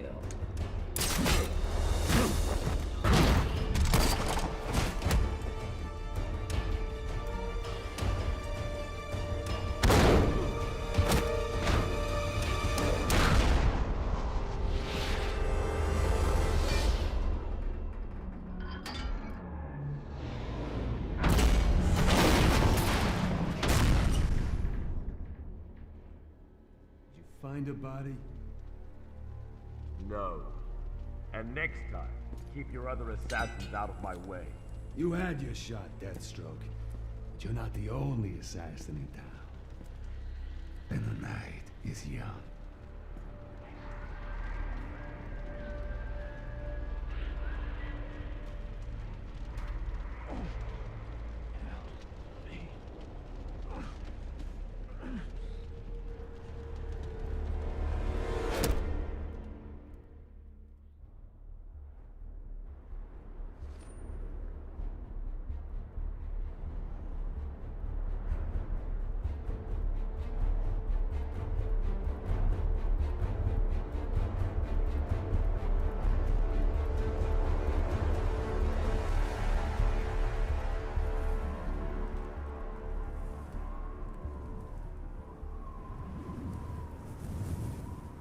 Yeah, you know, I never played the Arkham games. I never really played them. Anyway. A few years before Fallout 4 was even announced. We're not, we're only 5.5 minutes in, and that includes the fucking ad skip. To let Obsidian Entertainment, a Californian development team with several key people from Fallout's original dev team, take the wheel and crank out a Fallout 3 spin-off based on their original plan for Fallout 3 back in 2004. With only 18 months to get the game out the door, they got to work immediately, and in 2010, Fallout New Vegas was released. Wait, was that traits from the first games? Joinable factions? An in-depth reputation system? I hate the air that you breathe! And actual skill and attribute checks in dialogue and out in the world? Man, I don't what this is like now. Also, the writing here is actually good. The world? Pretty deeply thought out, with multiple factions at play, an interesting conflict, and actual player choice. The characters are also well written, and if you don't like someone, that's fine. I think like New Vegas has to have like the record for the most like video essays made on it. It's like, sir, another Fallout New Vegas video essay has hit the internet. There are so many. Gotta be. Because this is always an option. Then there's almost every chain of side quests in the game affecting the main story and the ending slideshow. There are actually hundreds of endings here. We were looking at a 3D Fallout game with actual RPG mechanics and good writing here. In fact, the game had fixed almost everything wrong with Fallout 3, and it was phenomenal. Obsidian even had to work around the crusty Gamebryo engine code, with all the issues that came with it. For instance, if anything in the game is voiced, there has to be a character to actually voice it. This leads to characters in the game like Ron the narrator, Bill the tax collector, and Testicles the debug centurion. The ending slideshow is also an actual in-game slideshow your character's locked into looking at, with Ron the narrator behind it. Anyway, due to the engine, the short development time they'd been given, and the colossal 500 megabytes of RAM they'd had to work with consoles, the big plans they had for the city had to be trimmed considerably. Man, 500, but 18 really? months in, and Obsidian had made one of the best role-playing games of all time. However, because it's so jam-packed and was made in such a short time, it has a rough start. It's horrifically buggy and horribly optimized on release, almost unplayable in some cases. There's literally a bug where you can't enter the main strip of New Vegas without wearing the old cowboy hat. The bugs are eventually patched, but because of its release date, New Vegas receives 84 points on Metacritic. That was just 1 point short for the bonus Bethesda would have given them, as per the contract. As a result, layoffs at Obsidian, and around 20 to 30 people have vanished. Nefarious theories about Bethesda begin to float. some fans even suggest. Game was rigged from the start. Obsidian would go on to pitch a Fallout New Vegas 2, and a similar spin-off with Elder Scrolls. A guaranteed cash cow for both parties. It's insane we didn't get that. It is just utterly insane. It was just the obvious shoe-in decision to make because New Vegas was such a commercial success. And especially now, critically acclaimed. It was the obvious decision to have Bethesda make the new title, and then Obsidian comes along and they release a spin-off game off of the engine. Sort of like fleshing out or like completing or building on what Bethesda does, perfecting the formula. What could have been. It made too much sense, I guess. But this time, Bethesda says no. And that was the end of it. Unbelievable. What a fumble. Fallout 4, probably the most hyped game of 2015. It had been half a decade since we'd last heard anything at all from the franchise, so people are naturally quite excited to jump back in. And on the 10th of November 2015, the game is out the door. The reviews, amazing. 9.5 out of 10 IGN. YouTubers are even calling it near perfect. Oof.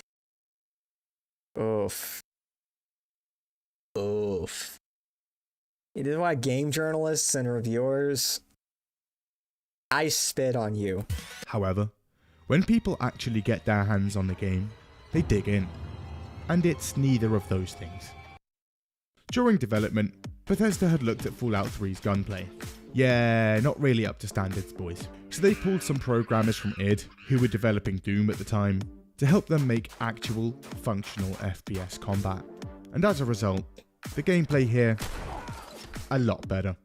The gun modification system from New Vegas is back, and it's heavily expanded. It's actually very good here, and utilises the horde of absolute shit you amass while playing the game. Also, more voice actors. So now every third NPC in the game no longer sounds the exact same. Plus, a few other elements of Fallout 4 had clearly taken some inspiration from New Vegas. This game actually has joinable factions, and they play a big role in the resolution of the main storyline. An improvement. Companions are also a lot better than 3's. They have personalities here, and even their own quests too, like in New Vegas. They now also like or dislike certain actions you do, depending on said personality. There's now a sprint button, and that new power armor, pretty cool. However, that's generally where the good ends. See, after a bumpy start, Fallout fans had come to love New Vegas, one of the best RPGs of all time, some even claim. And so, as a following game in the same franchise, some people expected Fallout 4 to improve, maybe even build upon it. Dude, I always come back to that one, this one meme video.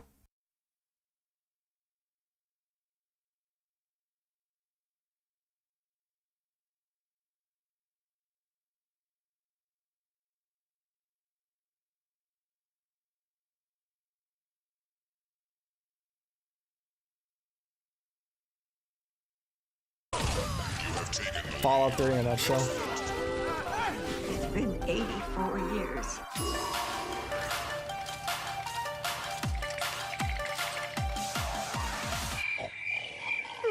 I'm quiet. I've watched this so many times.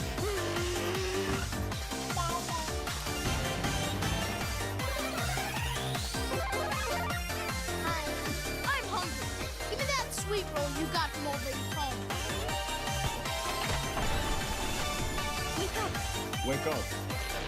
Come on, you've got to wake up. He's left the vault. Yeah, fuck that bitch, man. Fuck that bitch. You do everything right, she still kicks you out. James Lucas here.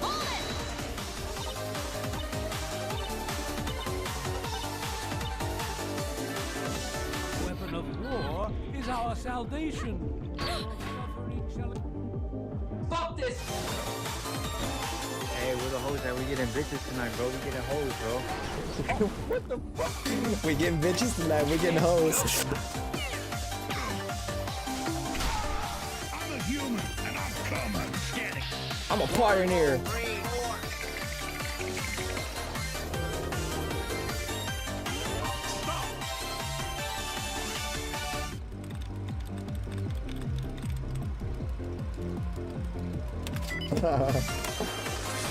Today's subject, unconventional warfare tactics. Ku Klux Klan! Oh no!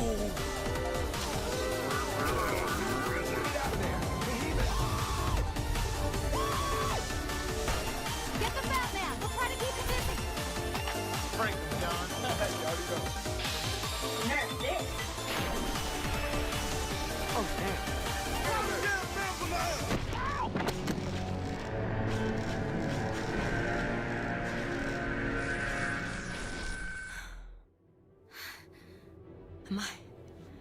Am I? I'm off to Vault 112 to search for anything of bronze that might help me get this purifier up and running. All I know is that it's west of some place called Evergreen Mills. But I'll find it. I have to. It's so close. Dude, the editing goes so hard.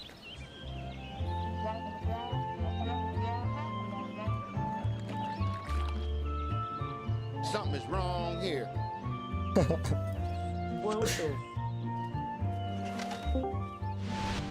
Evening? Oh, no, bro.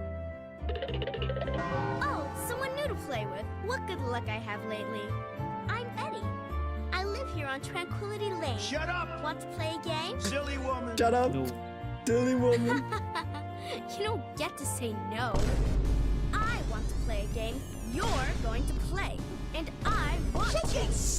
You can't do that here. And you have to pay. Now!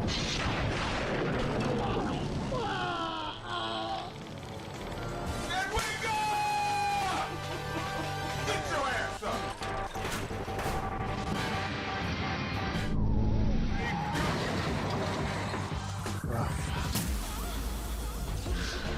That's crazy. Trying to choose. Which Fallout faction are you? The racist, the racist, the racist, racist, racist, racist, racist. Boy, what the fuck going on in Miami, bro? No!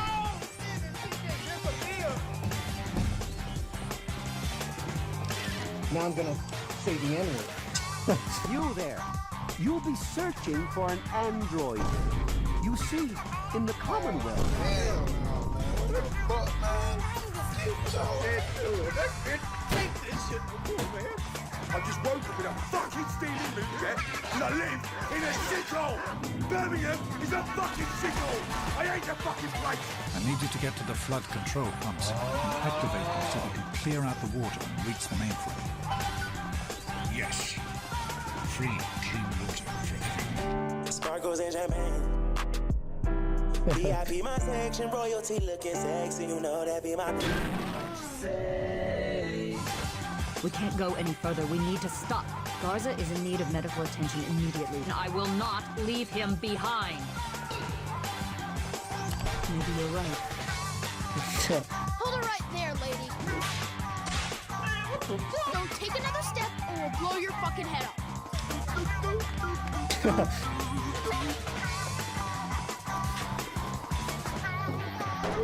Wait.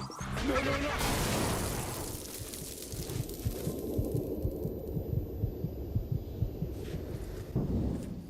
We got him. Let's kill him now. And if they find the body. What body?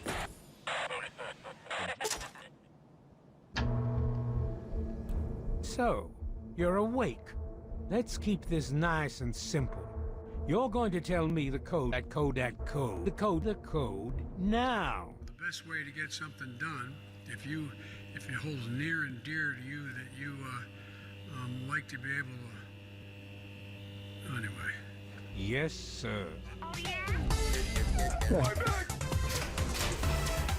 If you're supposed to be meeting the president, then go do it. Get away from me. What's your name, sir? My name is These. These what, sir?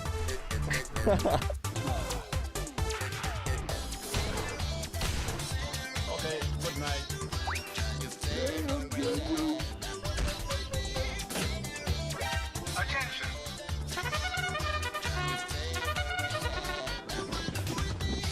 Bastard. Bastard. Look at him. Look at him. Bastard. What? Did we just become best friends? Yep. Shit. Some airsoft. What we got?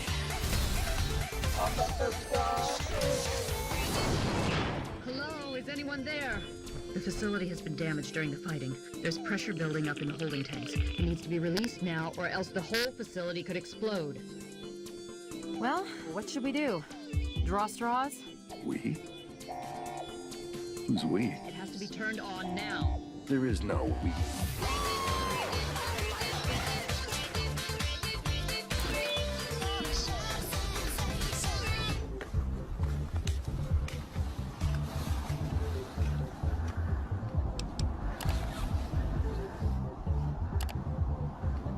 I'm glad that we understand.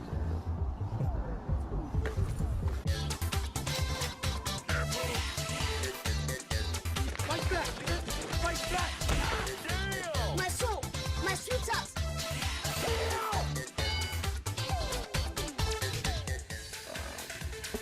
Hey, check out our Discord. Alright, that was just like 8 minutes of sensory overload, dude. Do I have ADHD? Do I have ADHD?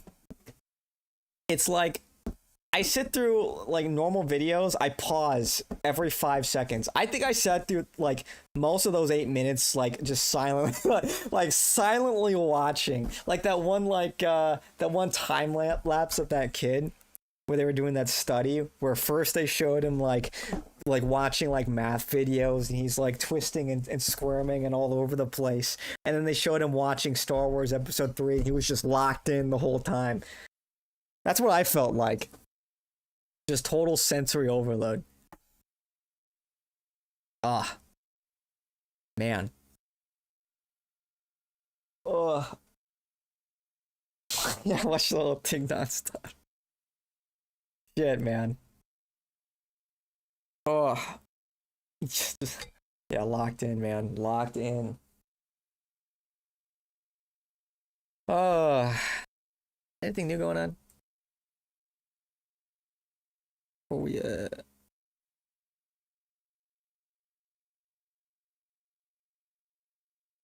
It's...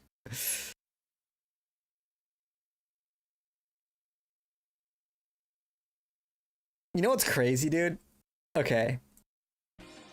I know we're all joking about, like, JD Vance, like, leaving his wife or something. I mean, imagine. Imagine. Let's just be honest here for a second.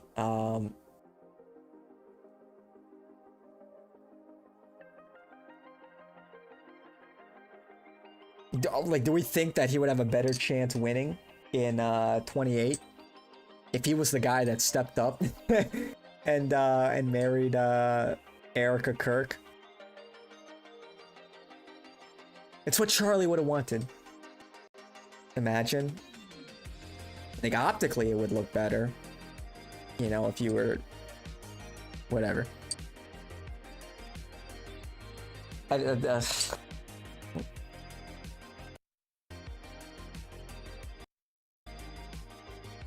The ultimate grifter. That would be kind of crazy. I actually think there's a non-zero chance of that happening. You know, I actually don't think that's the most unlikely thing. Is that crazy? Is that crazy to say? I know we're all memeing and having fun now, but I don't know. Can you imagine?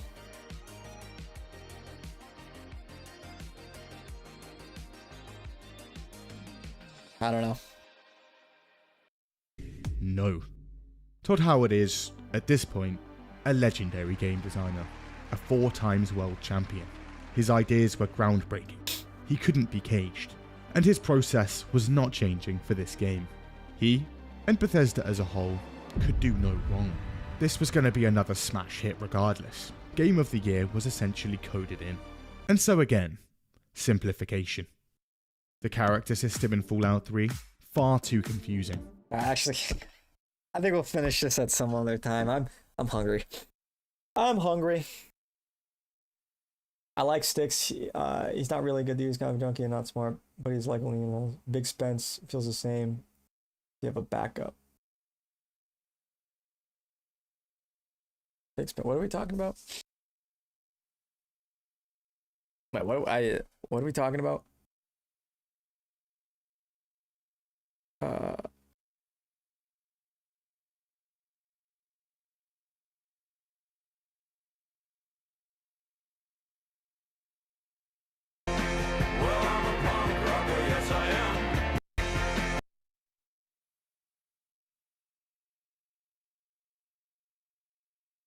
Okay. All right. Alrighty.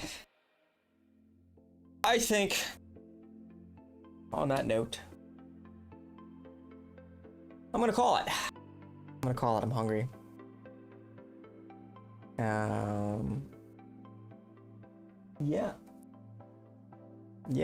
GN Hippocratic. GN everybody. Don't forget to like, comment, subscribe. Hit the bell, turn on notifications, get notified every time I go live. Follow all my socials, check the description and all that. Yeah. I will catch you guys all next time. Yeah, 07 everyone. Thanks for hanging out. Promo code MELLOW for Blue Math. Yeah, get your Blue Math from the InfoWarsStore.com. Alright. Thanks for hanging out, guys. I'll catch you all next time. Take care.